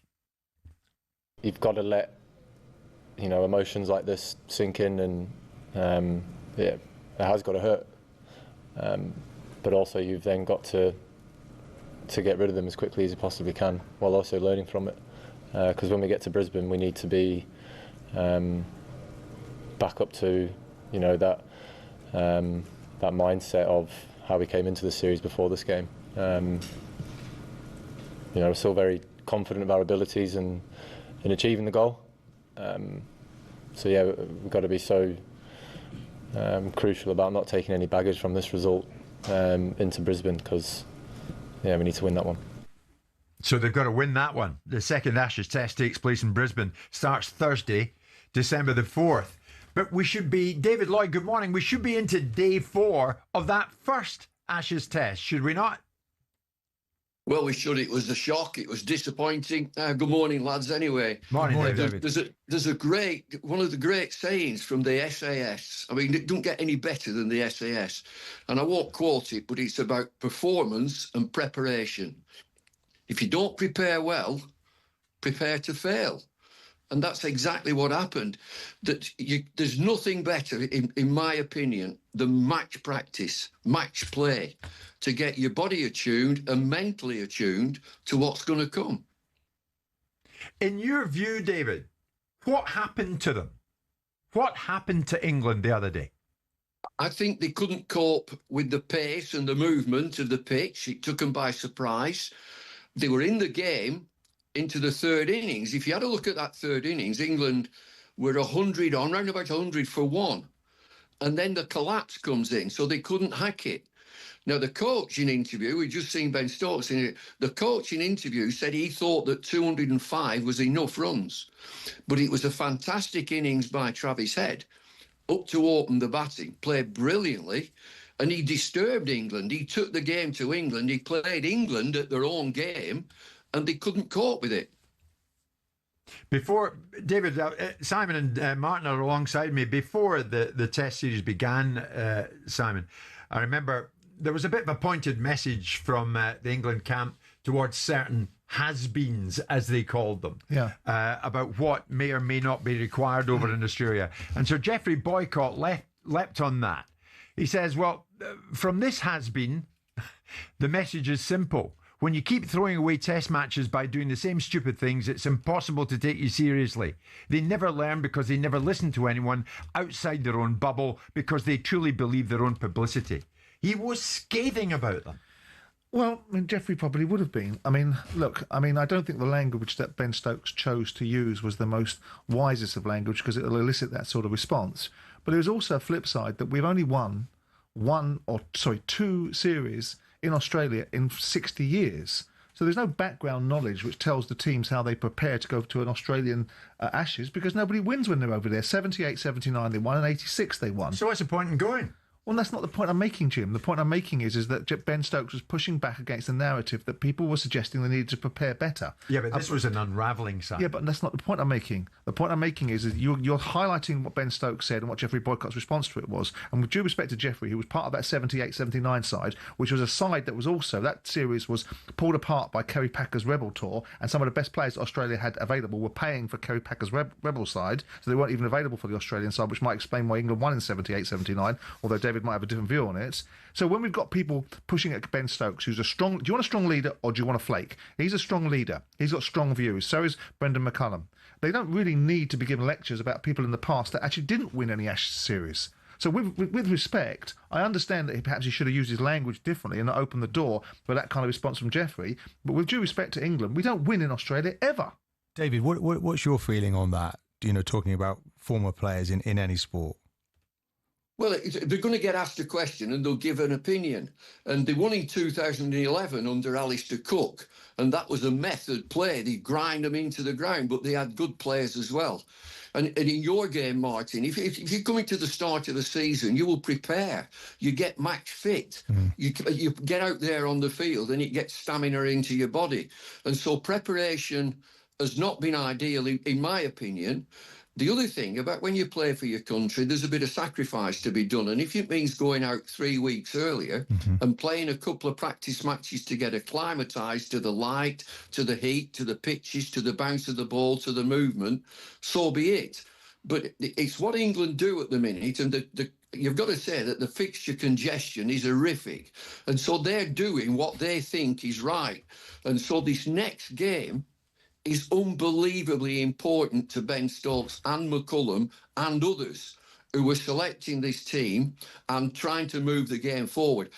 Don't forget, this is the day-night pink ball game, and that is an absolute lottery. I'll tell you something else. Australia never, ever lose a pink ball game. Yeah, on preparation, David, I mean, Stokes said on that very topic, we've been preparing for this tour, not over the last 3 weeks, but putting a lot of thoughts and process into this for a few years now. I don't know what else we're expected to be able to do. Do you accept that? Is that good enough? Well, my opinion is that you prepare in a foreign country in those conditions to get mentally prepared and match fit. Now, they see it differently, and they see it differently because of the congestion. I'm absolutely certain of that. But I can't get away from it, and I know I'm a little bit older, that you've got to prepare to perform. It's a test match. It's not just coming into, have a game of golf. But David, don't they see the whole thing? But don't they see the whole thing differently? I mean, I grew up in an era when Chris Tavery scored about 5 runs a session. And Jeffrey Boycott not much faster. And so we've got a whole different brand of play. We've got McCallum, who's a strong leader with definite views. I know they've made themselves a hostage to fortune by snapping back at previous players saying about the lack of preparation. But you've just said that Brendan McCallum made the point that he thought 205 could win this test, i.e. they could bowl them out for under 205. The fact that one batsman took the game to England doesn't necessarily mean that Brendan McCallum was wrong in his overall assessment, or he's away with the fairies. Which one is it? Well, I think he's right. If you look at the way that the game was going, they always say in cricket that a quick game is a good game, and it's a brilliant game when the ball is on top.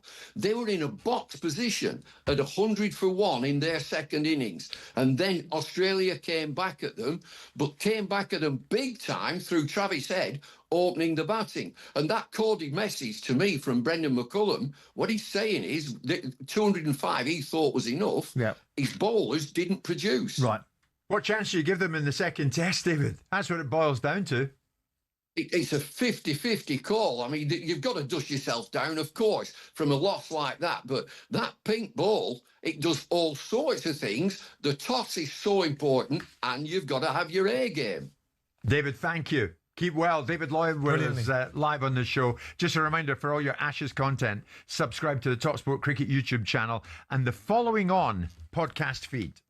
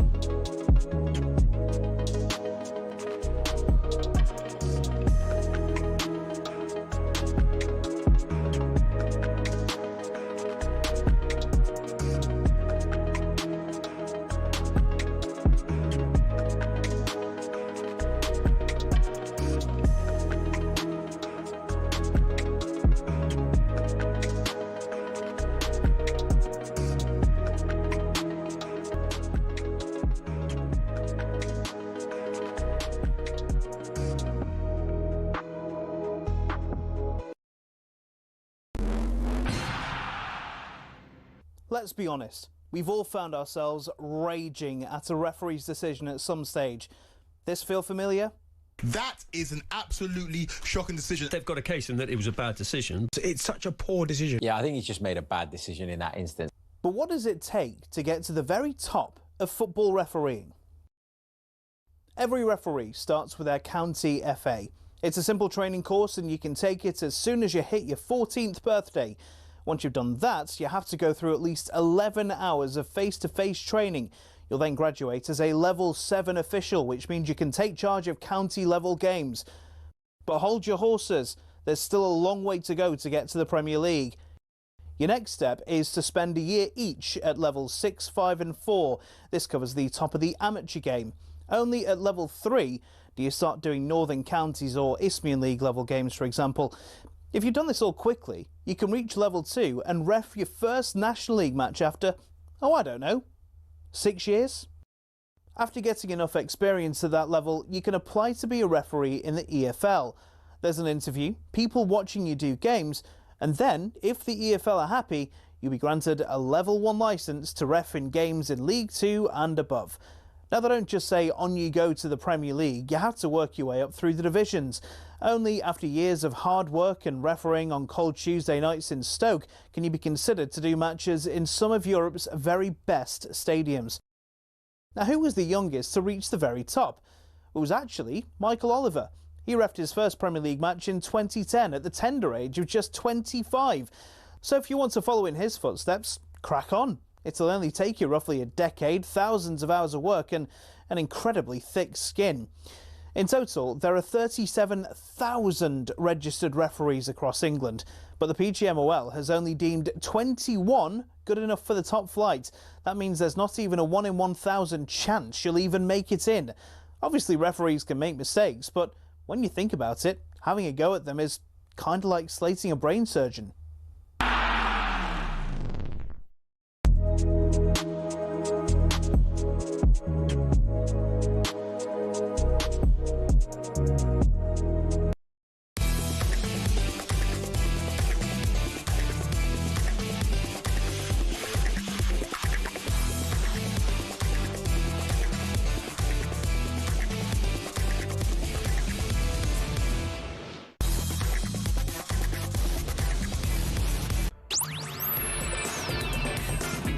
Good afternoon, everybody. 6 minutes past 12 noon. It's Jim White, Simon Jordan and Martin Keown, and we are live on talkSPORT. It's all happening north of the border. Of course, Celtic with Martin O'Neill in interim charge at the moment. It's thought that will not stay the same for much longer. Another couple of games and Martin may move on out there and the permanent manager brought in.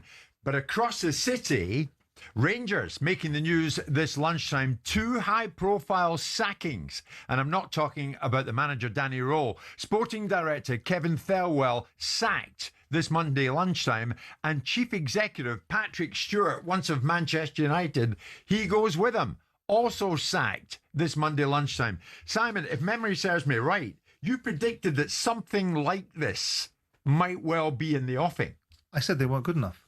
Neither one of them. I said it when the situation when they appointed managers in the summer and the challenges that were being had with Russell Martin. I said it when I went up to Scotland with you guys to a partisan crowd about the reality of not thinking they were good enough and not thinking that Kevin Thelwell as a sporting director was good enough. So it doesn't surprise me.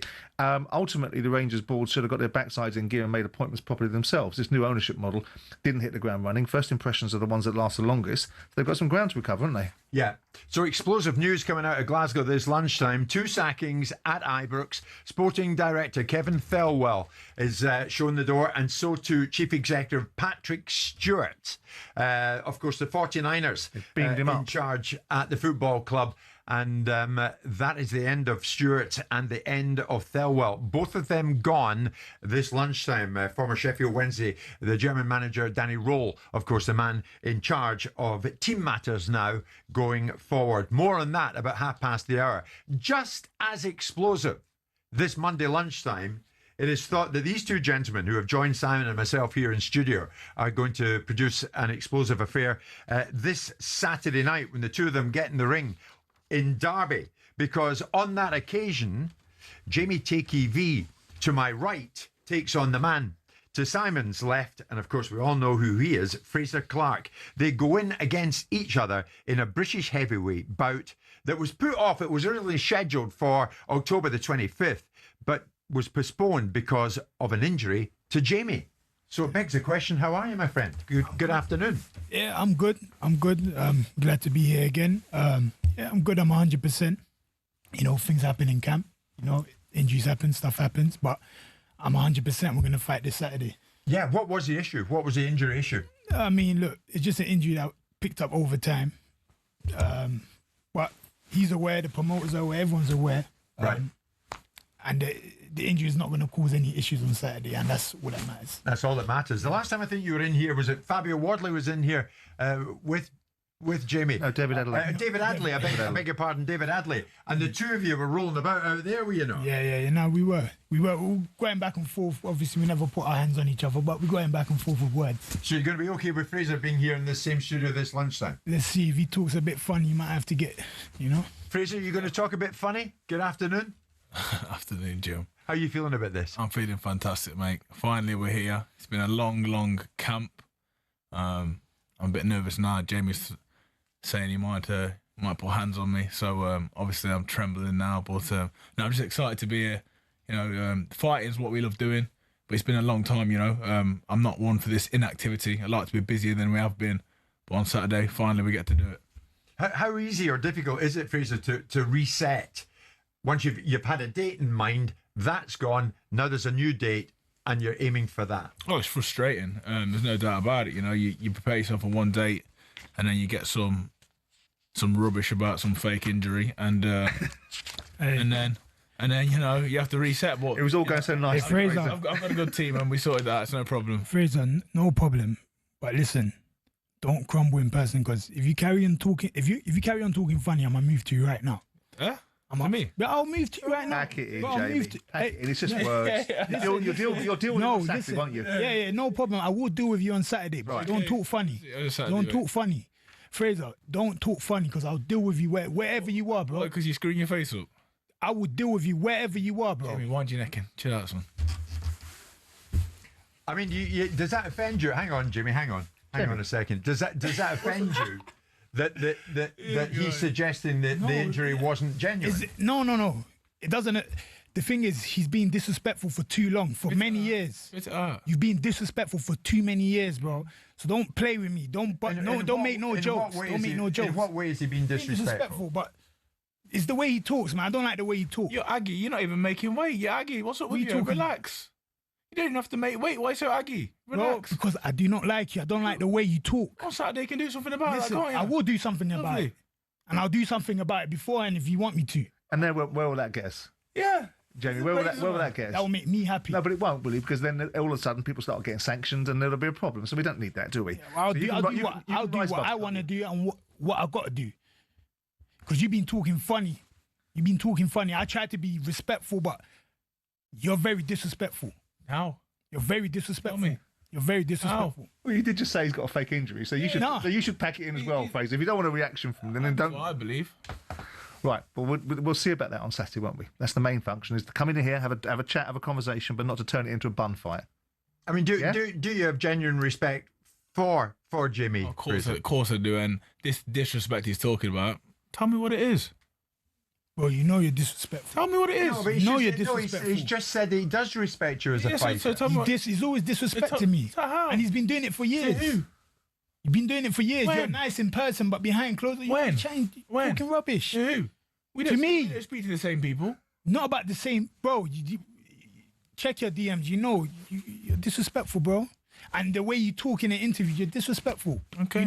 You're not making no jokes. What I would say in the studio this lunchtime, behind Jamie, behind Fraser, we have two security fellas. Now, Jamie, Fraser, there's going to be no need for these guys to be in here. But I think the both going to stand over there by Jamie because he's woke up on the wrong side of bed clearly, or he's not had his morning coffee or something. We're good to go here, Jamie. We're fine. Everything's calm. Good to go. Everything's calm. Fraser, the two fights you had with Fabio Wardley, sliding door moments, mate. Would you agree? I mean, you drew the first, you lost the second. He sits now, funnily enough, as WBO heavyweight champion of the world. Crazy. So, things have moved in the right direction for him. Do you look back and think, damn it, if only? You have a little sense of that, but in all honesty, they were great lessons, Jim. I learned a lot from both of them fights. The second one, I learned even more from than the first, even though I got the draw. I think, in a weird way, Fabio is now part of the inspiration. Look where he's gone in a few fights. You know what I mean? He's gone from me fighting him. He's now the WBO world champion. So he's sort of ignited the fire. It can happen. Sure. It takes a few fights. It's a good point, isn't it? Well, the Simon? irony of it, the probability that most people picked Fraser to win the second fight against Fabio. So there's the margins. Fabio's gone on, fought Justice Hooney, got through that fight just about by the skin of his teeth by an equaliser, beats Joe Parker and all the scar. But it's now about this particular fight. Jamie's been in the fight with David Adelaide, which he will feel aggrieved about. Yeah. In terms of the outcome in that situation, David Adelaide went off and had a fight against Filip Hrgovic. Didn't amount to much in that particular fight, of all due respect to David. But we have a fight now for a British belt, right? Which is a meaningful fight, a good heavyweight fight. I mean, some of this argy-bargy in the studio is not necessary, Jamie. Cool. But the bottom line is you've got a fight, and I'm hoping it's going to be a good fight. I'm hoping it's going to be as meaningful and as threatening as it potentially is in the studio right now. Jimmy, how do you look back in that fight you had with David Adelaide? Look, I was sticking to the game plan that we worked on. I was winning the rounds, and that's what really mattered at that point. Obviously, it was unfortunate. I was hit with an illegal shot.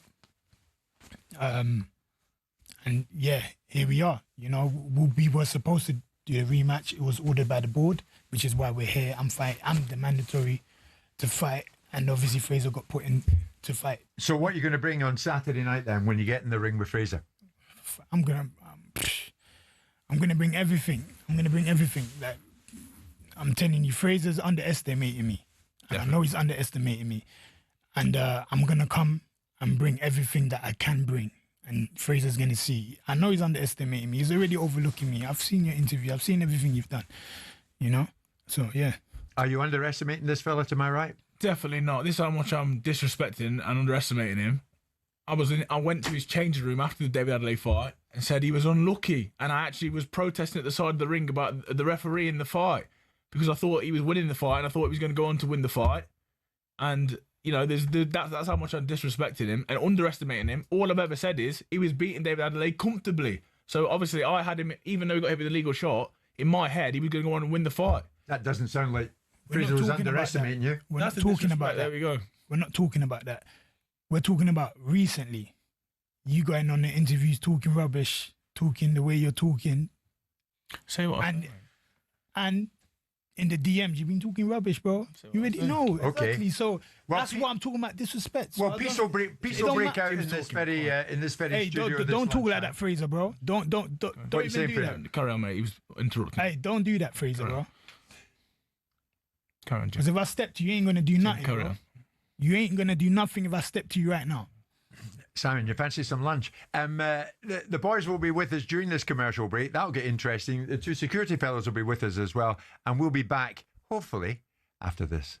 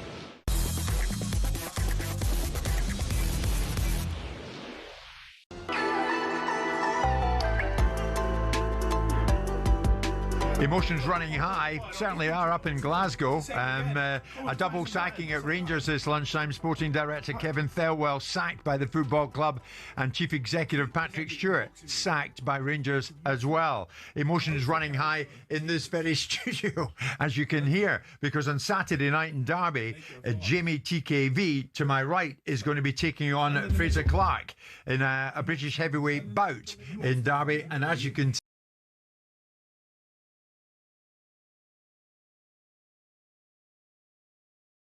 particular time. Who have you put down?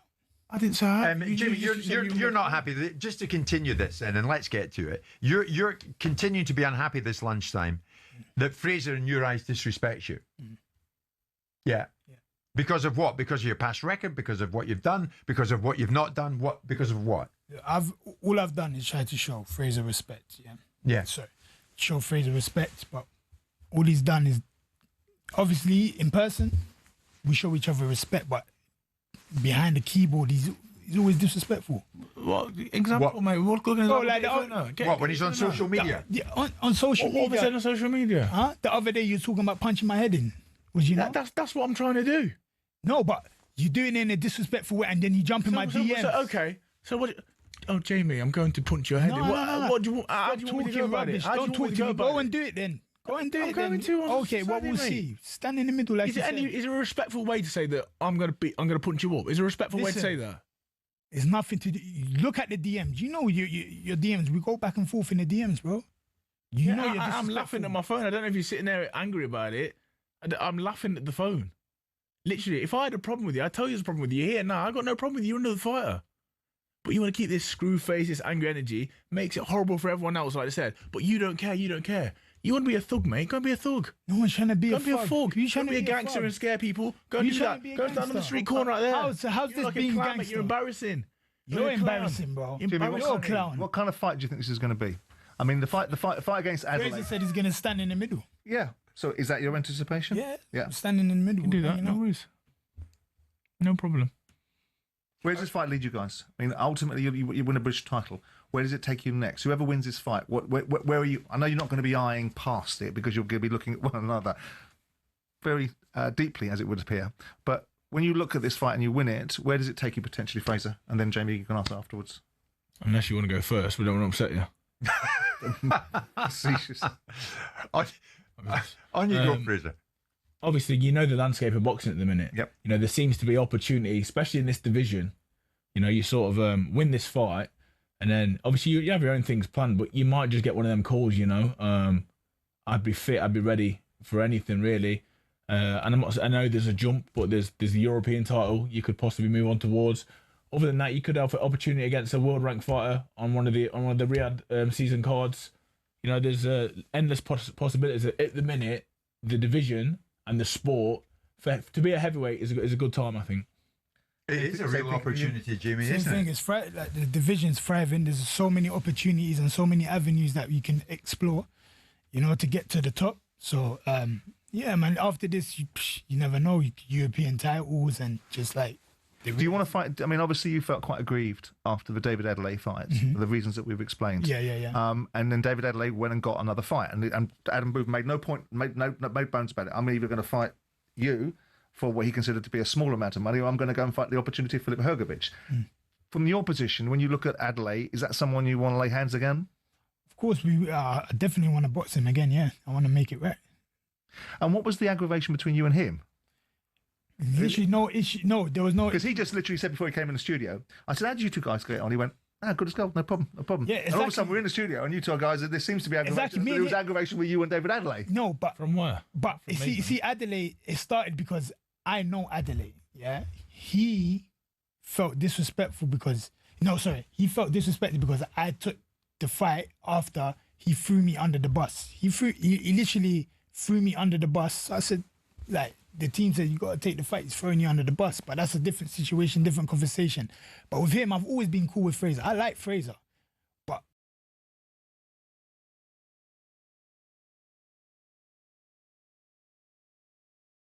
the past couple weeks, I already told you in the DM, don't crumble in person because you've been talking shit. Who's crumbling? I told you that. I said don't crumble in person. I told you that. So you know the energy's like this anyway. Keep it clean, Jamie. But the bottom line, I think, the impression I get is, are you going to have to keep your emotions in check so that you can keep your mind on the job? And your job on Saturday night is to beat this fella. Yeah. Of course I'll keep it in check, man. You're quite happy you'll keep your emotions in check. Of course.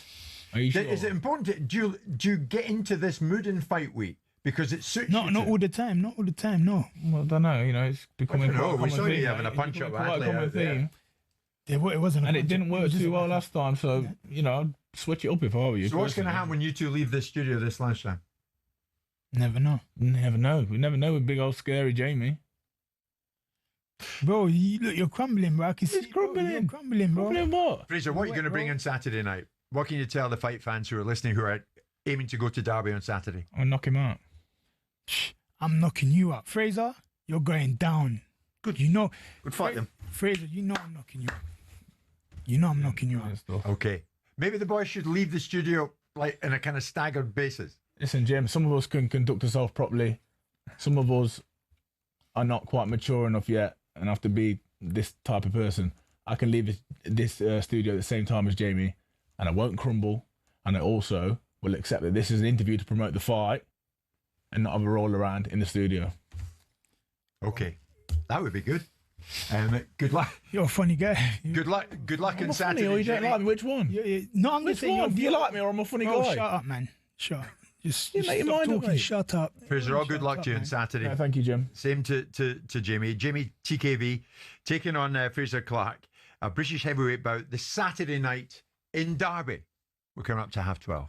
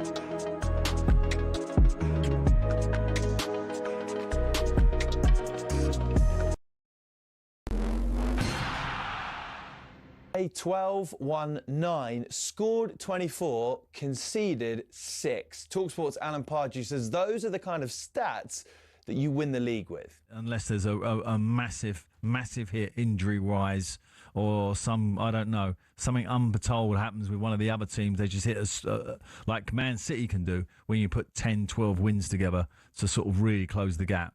I can't see anyone catching them. He was well impressed with Arsenal's 4-1 shellacking against Spurs in the derby yesterday with Ebe Eze's hat-trick, but he insists Thomas Frank isn't out of his depth at Tottenham. Emotional and frustrated, and we need to look into it with calm heads in that situation.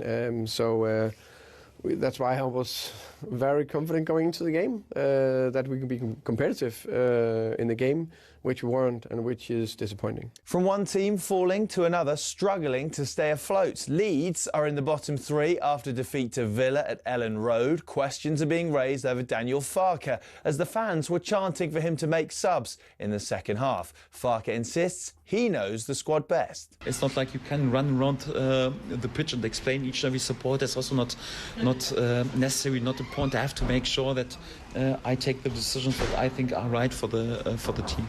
Rugby Union and Steve Borthwick's thrilled with England's progress since he took over. Time, development, the journey we're on, progress, it's tracking well. They end 2025 with an 11-game winning streak, losing just once after their victory over Argentina yesterday. You can get more, as ever, on talksport.com.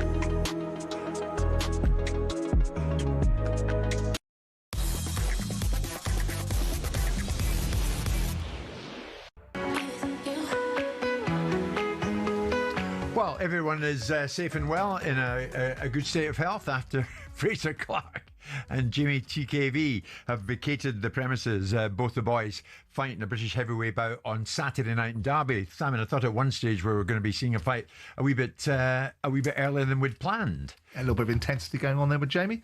Obviously, he feels disrespected by Fraser. I think he felt disrespected by David Adelaide. Let's hope it gets brought into the ring on Saturday night and we have a real intense fight, because there wasn't a great fight between them. Just apologies to anyone who maybe heard the odd word going out Expletive. live. The odd bit of bad language. Obviously, we want to keep that in check. But the boys go to head-to-head on Saturday night in Derby. I'm trying to get my head around this lunchtime. Interesting bit of news coming out of Glasgow. Of course, Celtic and Rangers not in their accustomed positions at this particular time as far as the Scottish Premiership is concerned, especially Rangers, who have played 12 and have only won 5 of those 12 and are in 4th position this lunchtime. Celtic in 2nd position, trying to chase down Hearts, who are top of the league at this stage. Get to Celtic in a second. But in the last half an hour, the news has come through that there has been a double sacking at Rangers this lunchtime. Rangers have sacked the chief executive, Patrick Stewart, and also going with him, the sporting director, Kevin Thelwell. In a club statement, Rangers say they express their sincere gratitude to both Patrick and Kevin for their leadership and unwavering commitment to the club.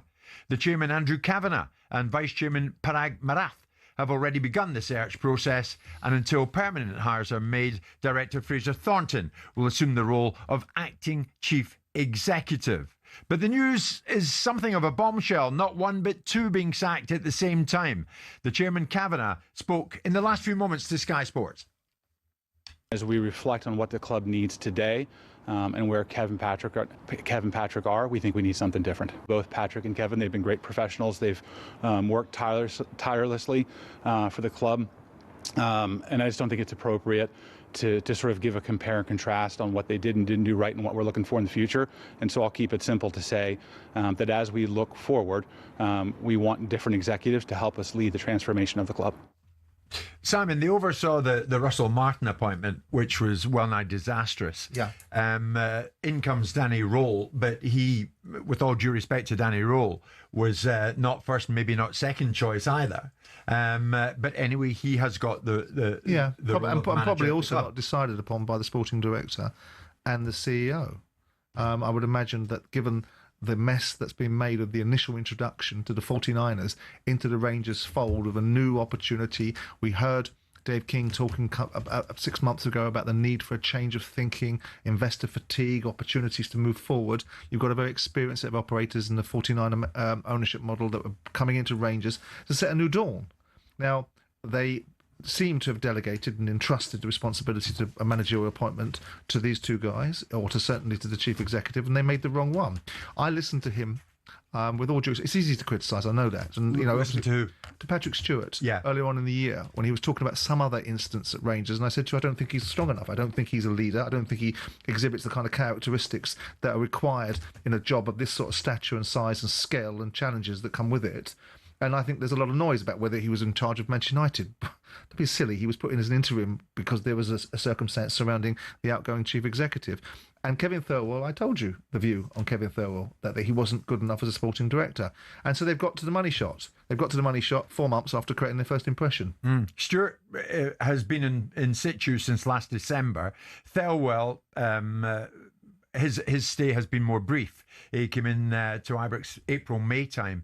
But they've worked together, Simon, for less than a year. Less than half a year, it should be said. So they didn't really get used to working in each other's company for any great degree of time. It doesn't really take long to work out whether people are capable of being leaders or not. I mean, you can look at what I've done in my life and people can point to the end of my time at Palace, we're running out of money and the biggest banking crisis. But the one thing I am is a leader, and I know how to make definite decisions, good and bad. And it felt to me that my nose told me about Patrick Stewart that he wasn't up to the job, with all respect.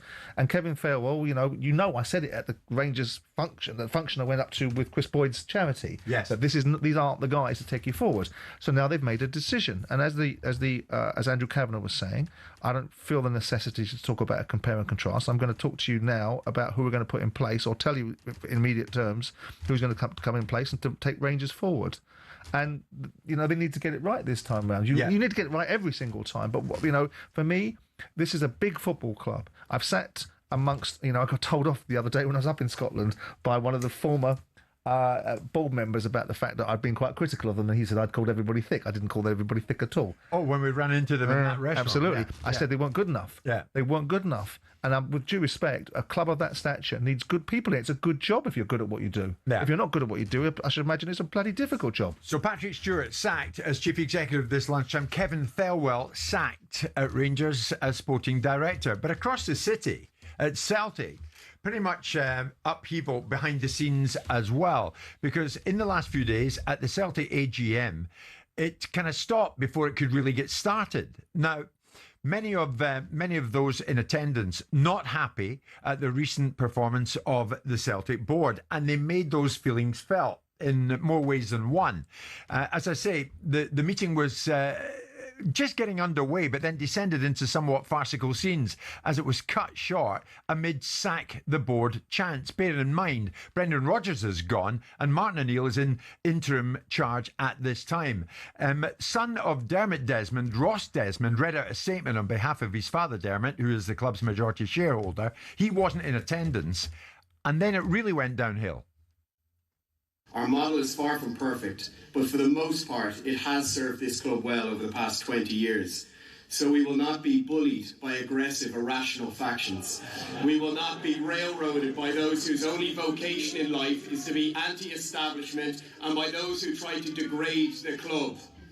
Our focus is on what matters, improving this club step by step, systematically, without ever risking its future. Improving recruitment, investing in data analytics, upgrading facilities, enhancing the stadium, and trying to make Celtic stronger in every way. Our board, led by Peter, and our executive, led by Michael, are dedicated Celtic people. The attempts to dehumanise them and vilify them are shameful. These are people with families. They love the club every bit as much as anyone here, and when we're not performing, they suffer just as much as anyone. They work tirelessly, often under intense pressure. They do an outstanding job for this club, and we are very lucky to have them. The behaviour of certain sections increasingly brings the club and its fan base into disrepute. The incident a few weeks ago at the Falkirk match was symptomatic of wider behaviour that cannot be ignored.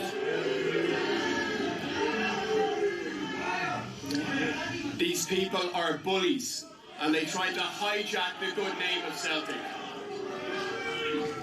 Try to hijack the good name of Celtic supporters. We cannot allow them to define who we are. I'm well aware of the target I put on my back by saying this. Boss, just kidding. I'm going to have to apologise to those shareholders that are here today who have the best interests of the club at heart, particularly those that have a question that we want to ask it later on. But because of the disruption, we're going to draw the meeting to a close. I'm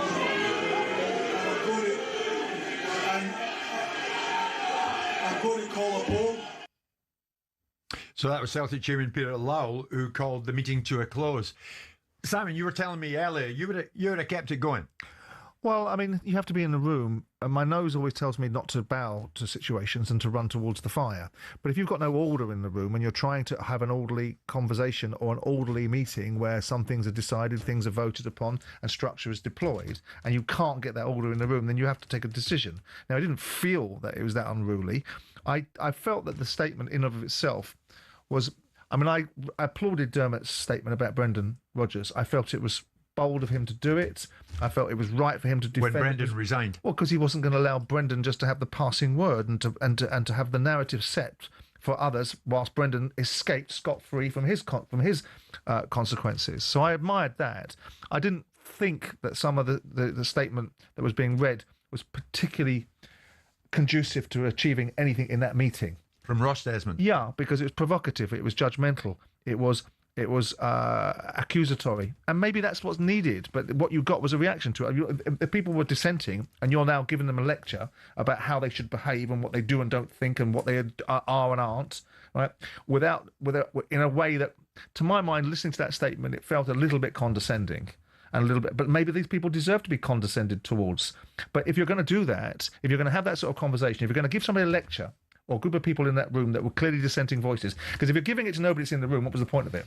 Right? It's obviously clearly aimed at people that are in that room. And what did you expect them to do? Did you expect them just to sit there and take it, or did you expect them to say, "Oh, well, hang on a second, we're going to be dissenting toward that. We've got legitimate grievances. We're going to do what people do when they don't like something," and then to say, right, well, we're going to stop the meeting on the back of the statement that you wanted to put out. You've created the provocation in the room, and now you're closing the meeting on the back of it.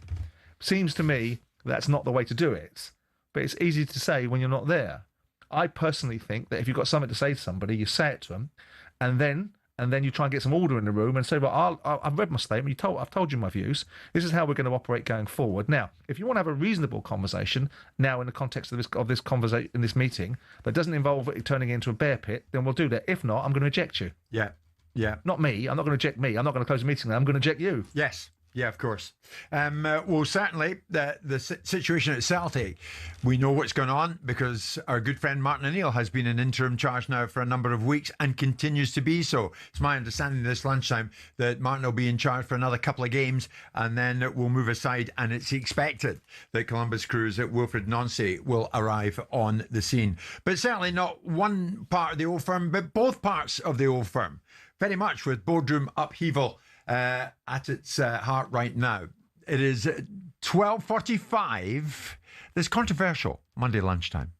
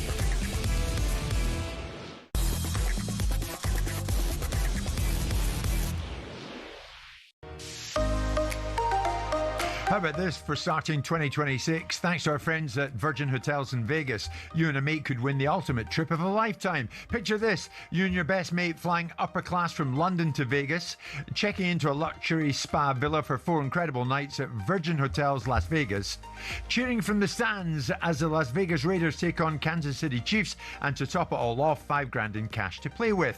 So clear your calendar from January the 2nd to the 7th, 2026, because nothing starts a new year like Las Vegas. Good luck.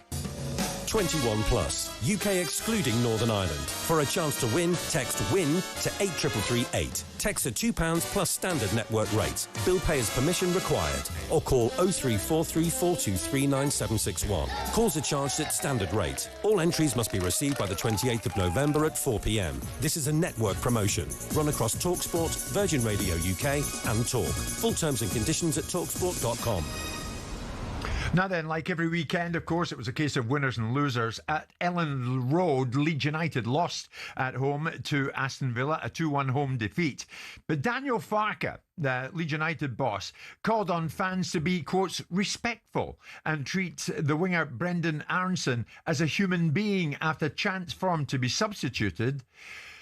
Were loud and clear during the second half of the game. Aronson also faced abuse on social media, supposedly from his own fan base. And Farke addressed this post-match.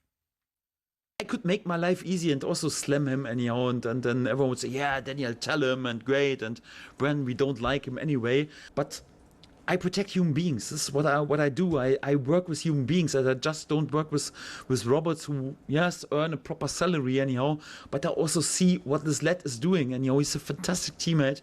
He works his socks off. For such a young lad, is it really like how we want to treat human beings in our society? We can criticize him, and we come on, judge his performances at least a little bit fair, be a bit respectful with a young lad of 24 years old, and then otherwise we don't have to have all this mental health awareness days, then we can put it into the bin and yes, come on, let's be just on the back, then we feel better if we can put our anger just on other human beings. I don't like it. Martin's with me, so too Simon. What do you make of Farke's take on that, Simon? Defending one of his own, make no bones about it. On one hand, we've got the Celtic board saying that people are getting dehumanised. On this hand, we need to humanise. People have got to learn to take criticism and be resilient. So this idea that you can weave in mental health situations into this conversation is just silly. It's very difficult to be a Premier League footballer. Should be very difficult. Very difficult to play for a big club like Leeds, because ultimately the expectations are high. Players got a lot to say for themselves. They'll be the first person to tell you, and then their representation tell you how much they're worth and how much they should be paid and what rewards they should be getting and what they're entitled to. What I don't like is I don't like pylons. I don't like people getting being on the receiving. It doesn't help anybody. I had a player that I signed from Scontaliga, a young player that Arsenal wanted to sign, Andres Rubens, 1.5 million we paid for him back in 2001, which is probably equivalent to about 20 million now. So he was a player with repute. The crowd went after him in the end because his performances on the field were so poor that it ended up completely derailing the kid's career. Scored a wonder goal against Liverpool in the cup semi-final, in the League Cup semi-final. Got done in the next leg away against Stephen Gerrard, has put right back to mark him. That's how much regard they had for him. But his game just fell apart. So there's no benefit in hounding a player like that and turning them into a situation where ultimately the whole crowd wants to get on his back. Same token, I don't think it helps by Daniel Farke drawing even more attention to it, because you know there's going to be a section of the fan base that are just going to continue to do it now as a result of Daniel Farke's intervention. Yeah, he's not going to shut them up. It's his job. Yeah. We talked about the modern day footballer and Souness earlier on saying that Joe Fagan. Can you imagine if a manager walked into a dressing room in this day and age and told them, "I've had enough of you lot. I've had enough of you. I can see the you're manager on your own." Yeah. What those players would do in this day and age. Do you know, it's all okay until it's you. Until it's you, the player, that is getting victimised by your own fans. I don't think it's an ideal situation. You never had that, Martin, sure. In your time. No, did you witness a not colleague had get that. it? I think it was uncalled for. I actually watched the game yesterday and thought it was quite close. Actually, I saw promising signs with Leeds. I know that they've lost now a number of games. What is it? They've lost, I think, 1-2 of the last 5 or something. They're in a bad run of fixtures is this right player now. playing well? Is he? I mean, is he worthy of criticism? I don't think. And then that- it's about I think how it's a much little bit. criticism I is he think it's a worthy of. little bit uncalled for. I think it's a bit too much. I mean, both teams yesterday, it was very close, a very even contest, and they got off to a really good start. Leeds. I think some Leeds fans think the likes of Dan James and Notto should be ahead of him when it comes to team selection. Yeah, but could say Dan James didn't. He had 2 or 3 poor moments in the game when he came on. You thought, okay, blazed one over the bar. Yeah. A not so good cross from him. So but he's not getting the same level of criticism as Aronson is getting. So I think that the fans need to look at themselves a little bit. They're very demanding. They're seeing their team slip now back into what looks like a position of the teams that have come up. Obviously Sunderland apart. It looks like now that the order of the day, the teams that come up are going to slide back down the table again. And you look, well, which team can they actually climb above? But I did see both from Burnley, actually. I thought Burnley's are improving. Whether they're going to be good enough to stay up remains to be seen. But they're not getting blown away in these games. That's the encouraging thing for Leeds. But what you don't want to do is shoot yourself in the foot and your own fans joining in on and having a go at your own players. The manager was wise to come out and to highlight it. And he can do the same. If he wants to do it for the benefit of the player, he can do that to the player and remind the player of how much support he's got, and he can do that without dragging it into the public He was domain. asked about the chance. He's probably asked. But also they're bringing it up, the press, because they can hear it, and it's not great. Leeds fans now, if that's your son, out on that pitch, really, pack it in and get behind your team. I think it's ridiculous. Is life going to get any better for Wolves under Rob Edwards, incidentally? Next up, Villa away. After that, Forest at home, Manchester United at home. No, I didn't see any crumb of comfort for the new manager. I didn't see any kind of bounce. Successively, they've been letting players leave that football club now for a number of years, and they're going to end up in the Championship. It seems rather bizarre that Rob would have been a part of a Middlesbrough team which drew against Oxford United and probably impacted on them, but fair play to Oxford United for getting a draw. He should have stayed, I feel, at Middlesbrough. I think once the euphoria of going back to the club he played for, and when it all settles down, he's probably thinking this morning, what on earth have I joined? Yeah, when it all settles down. I wonder if it's all going to settle down anytime soon at Rangers. Martin, thank you. Simon C in the morning at 10. Double sacking at Rangers in Glasgow this lunchtime. And remember, there was a section of the support who wanted Russell Martin gone. They got their way. And now that same section, no doubt, this lunchtime would say they've got their way regards 2 others. The sporting director, Kevin Thelwell, sacked. Chief Executive Patrick Stewart, sacked. It's all happening at the old firm right now. You get an AGM at Celtic that doesn't even last a duration, and now 2 of the main people behind the scenes given the bullet this lunchtime. As we approach 1 o'clock, it is Monday lunchtime. We're back tomorrow at 10.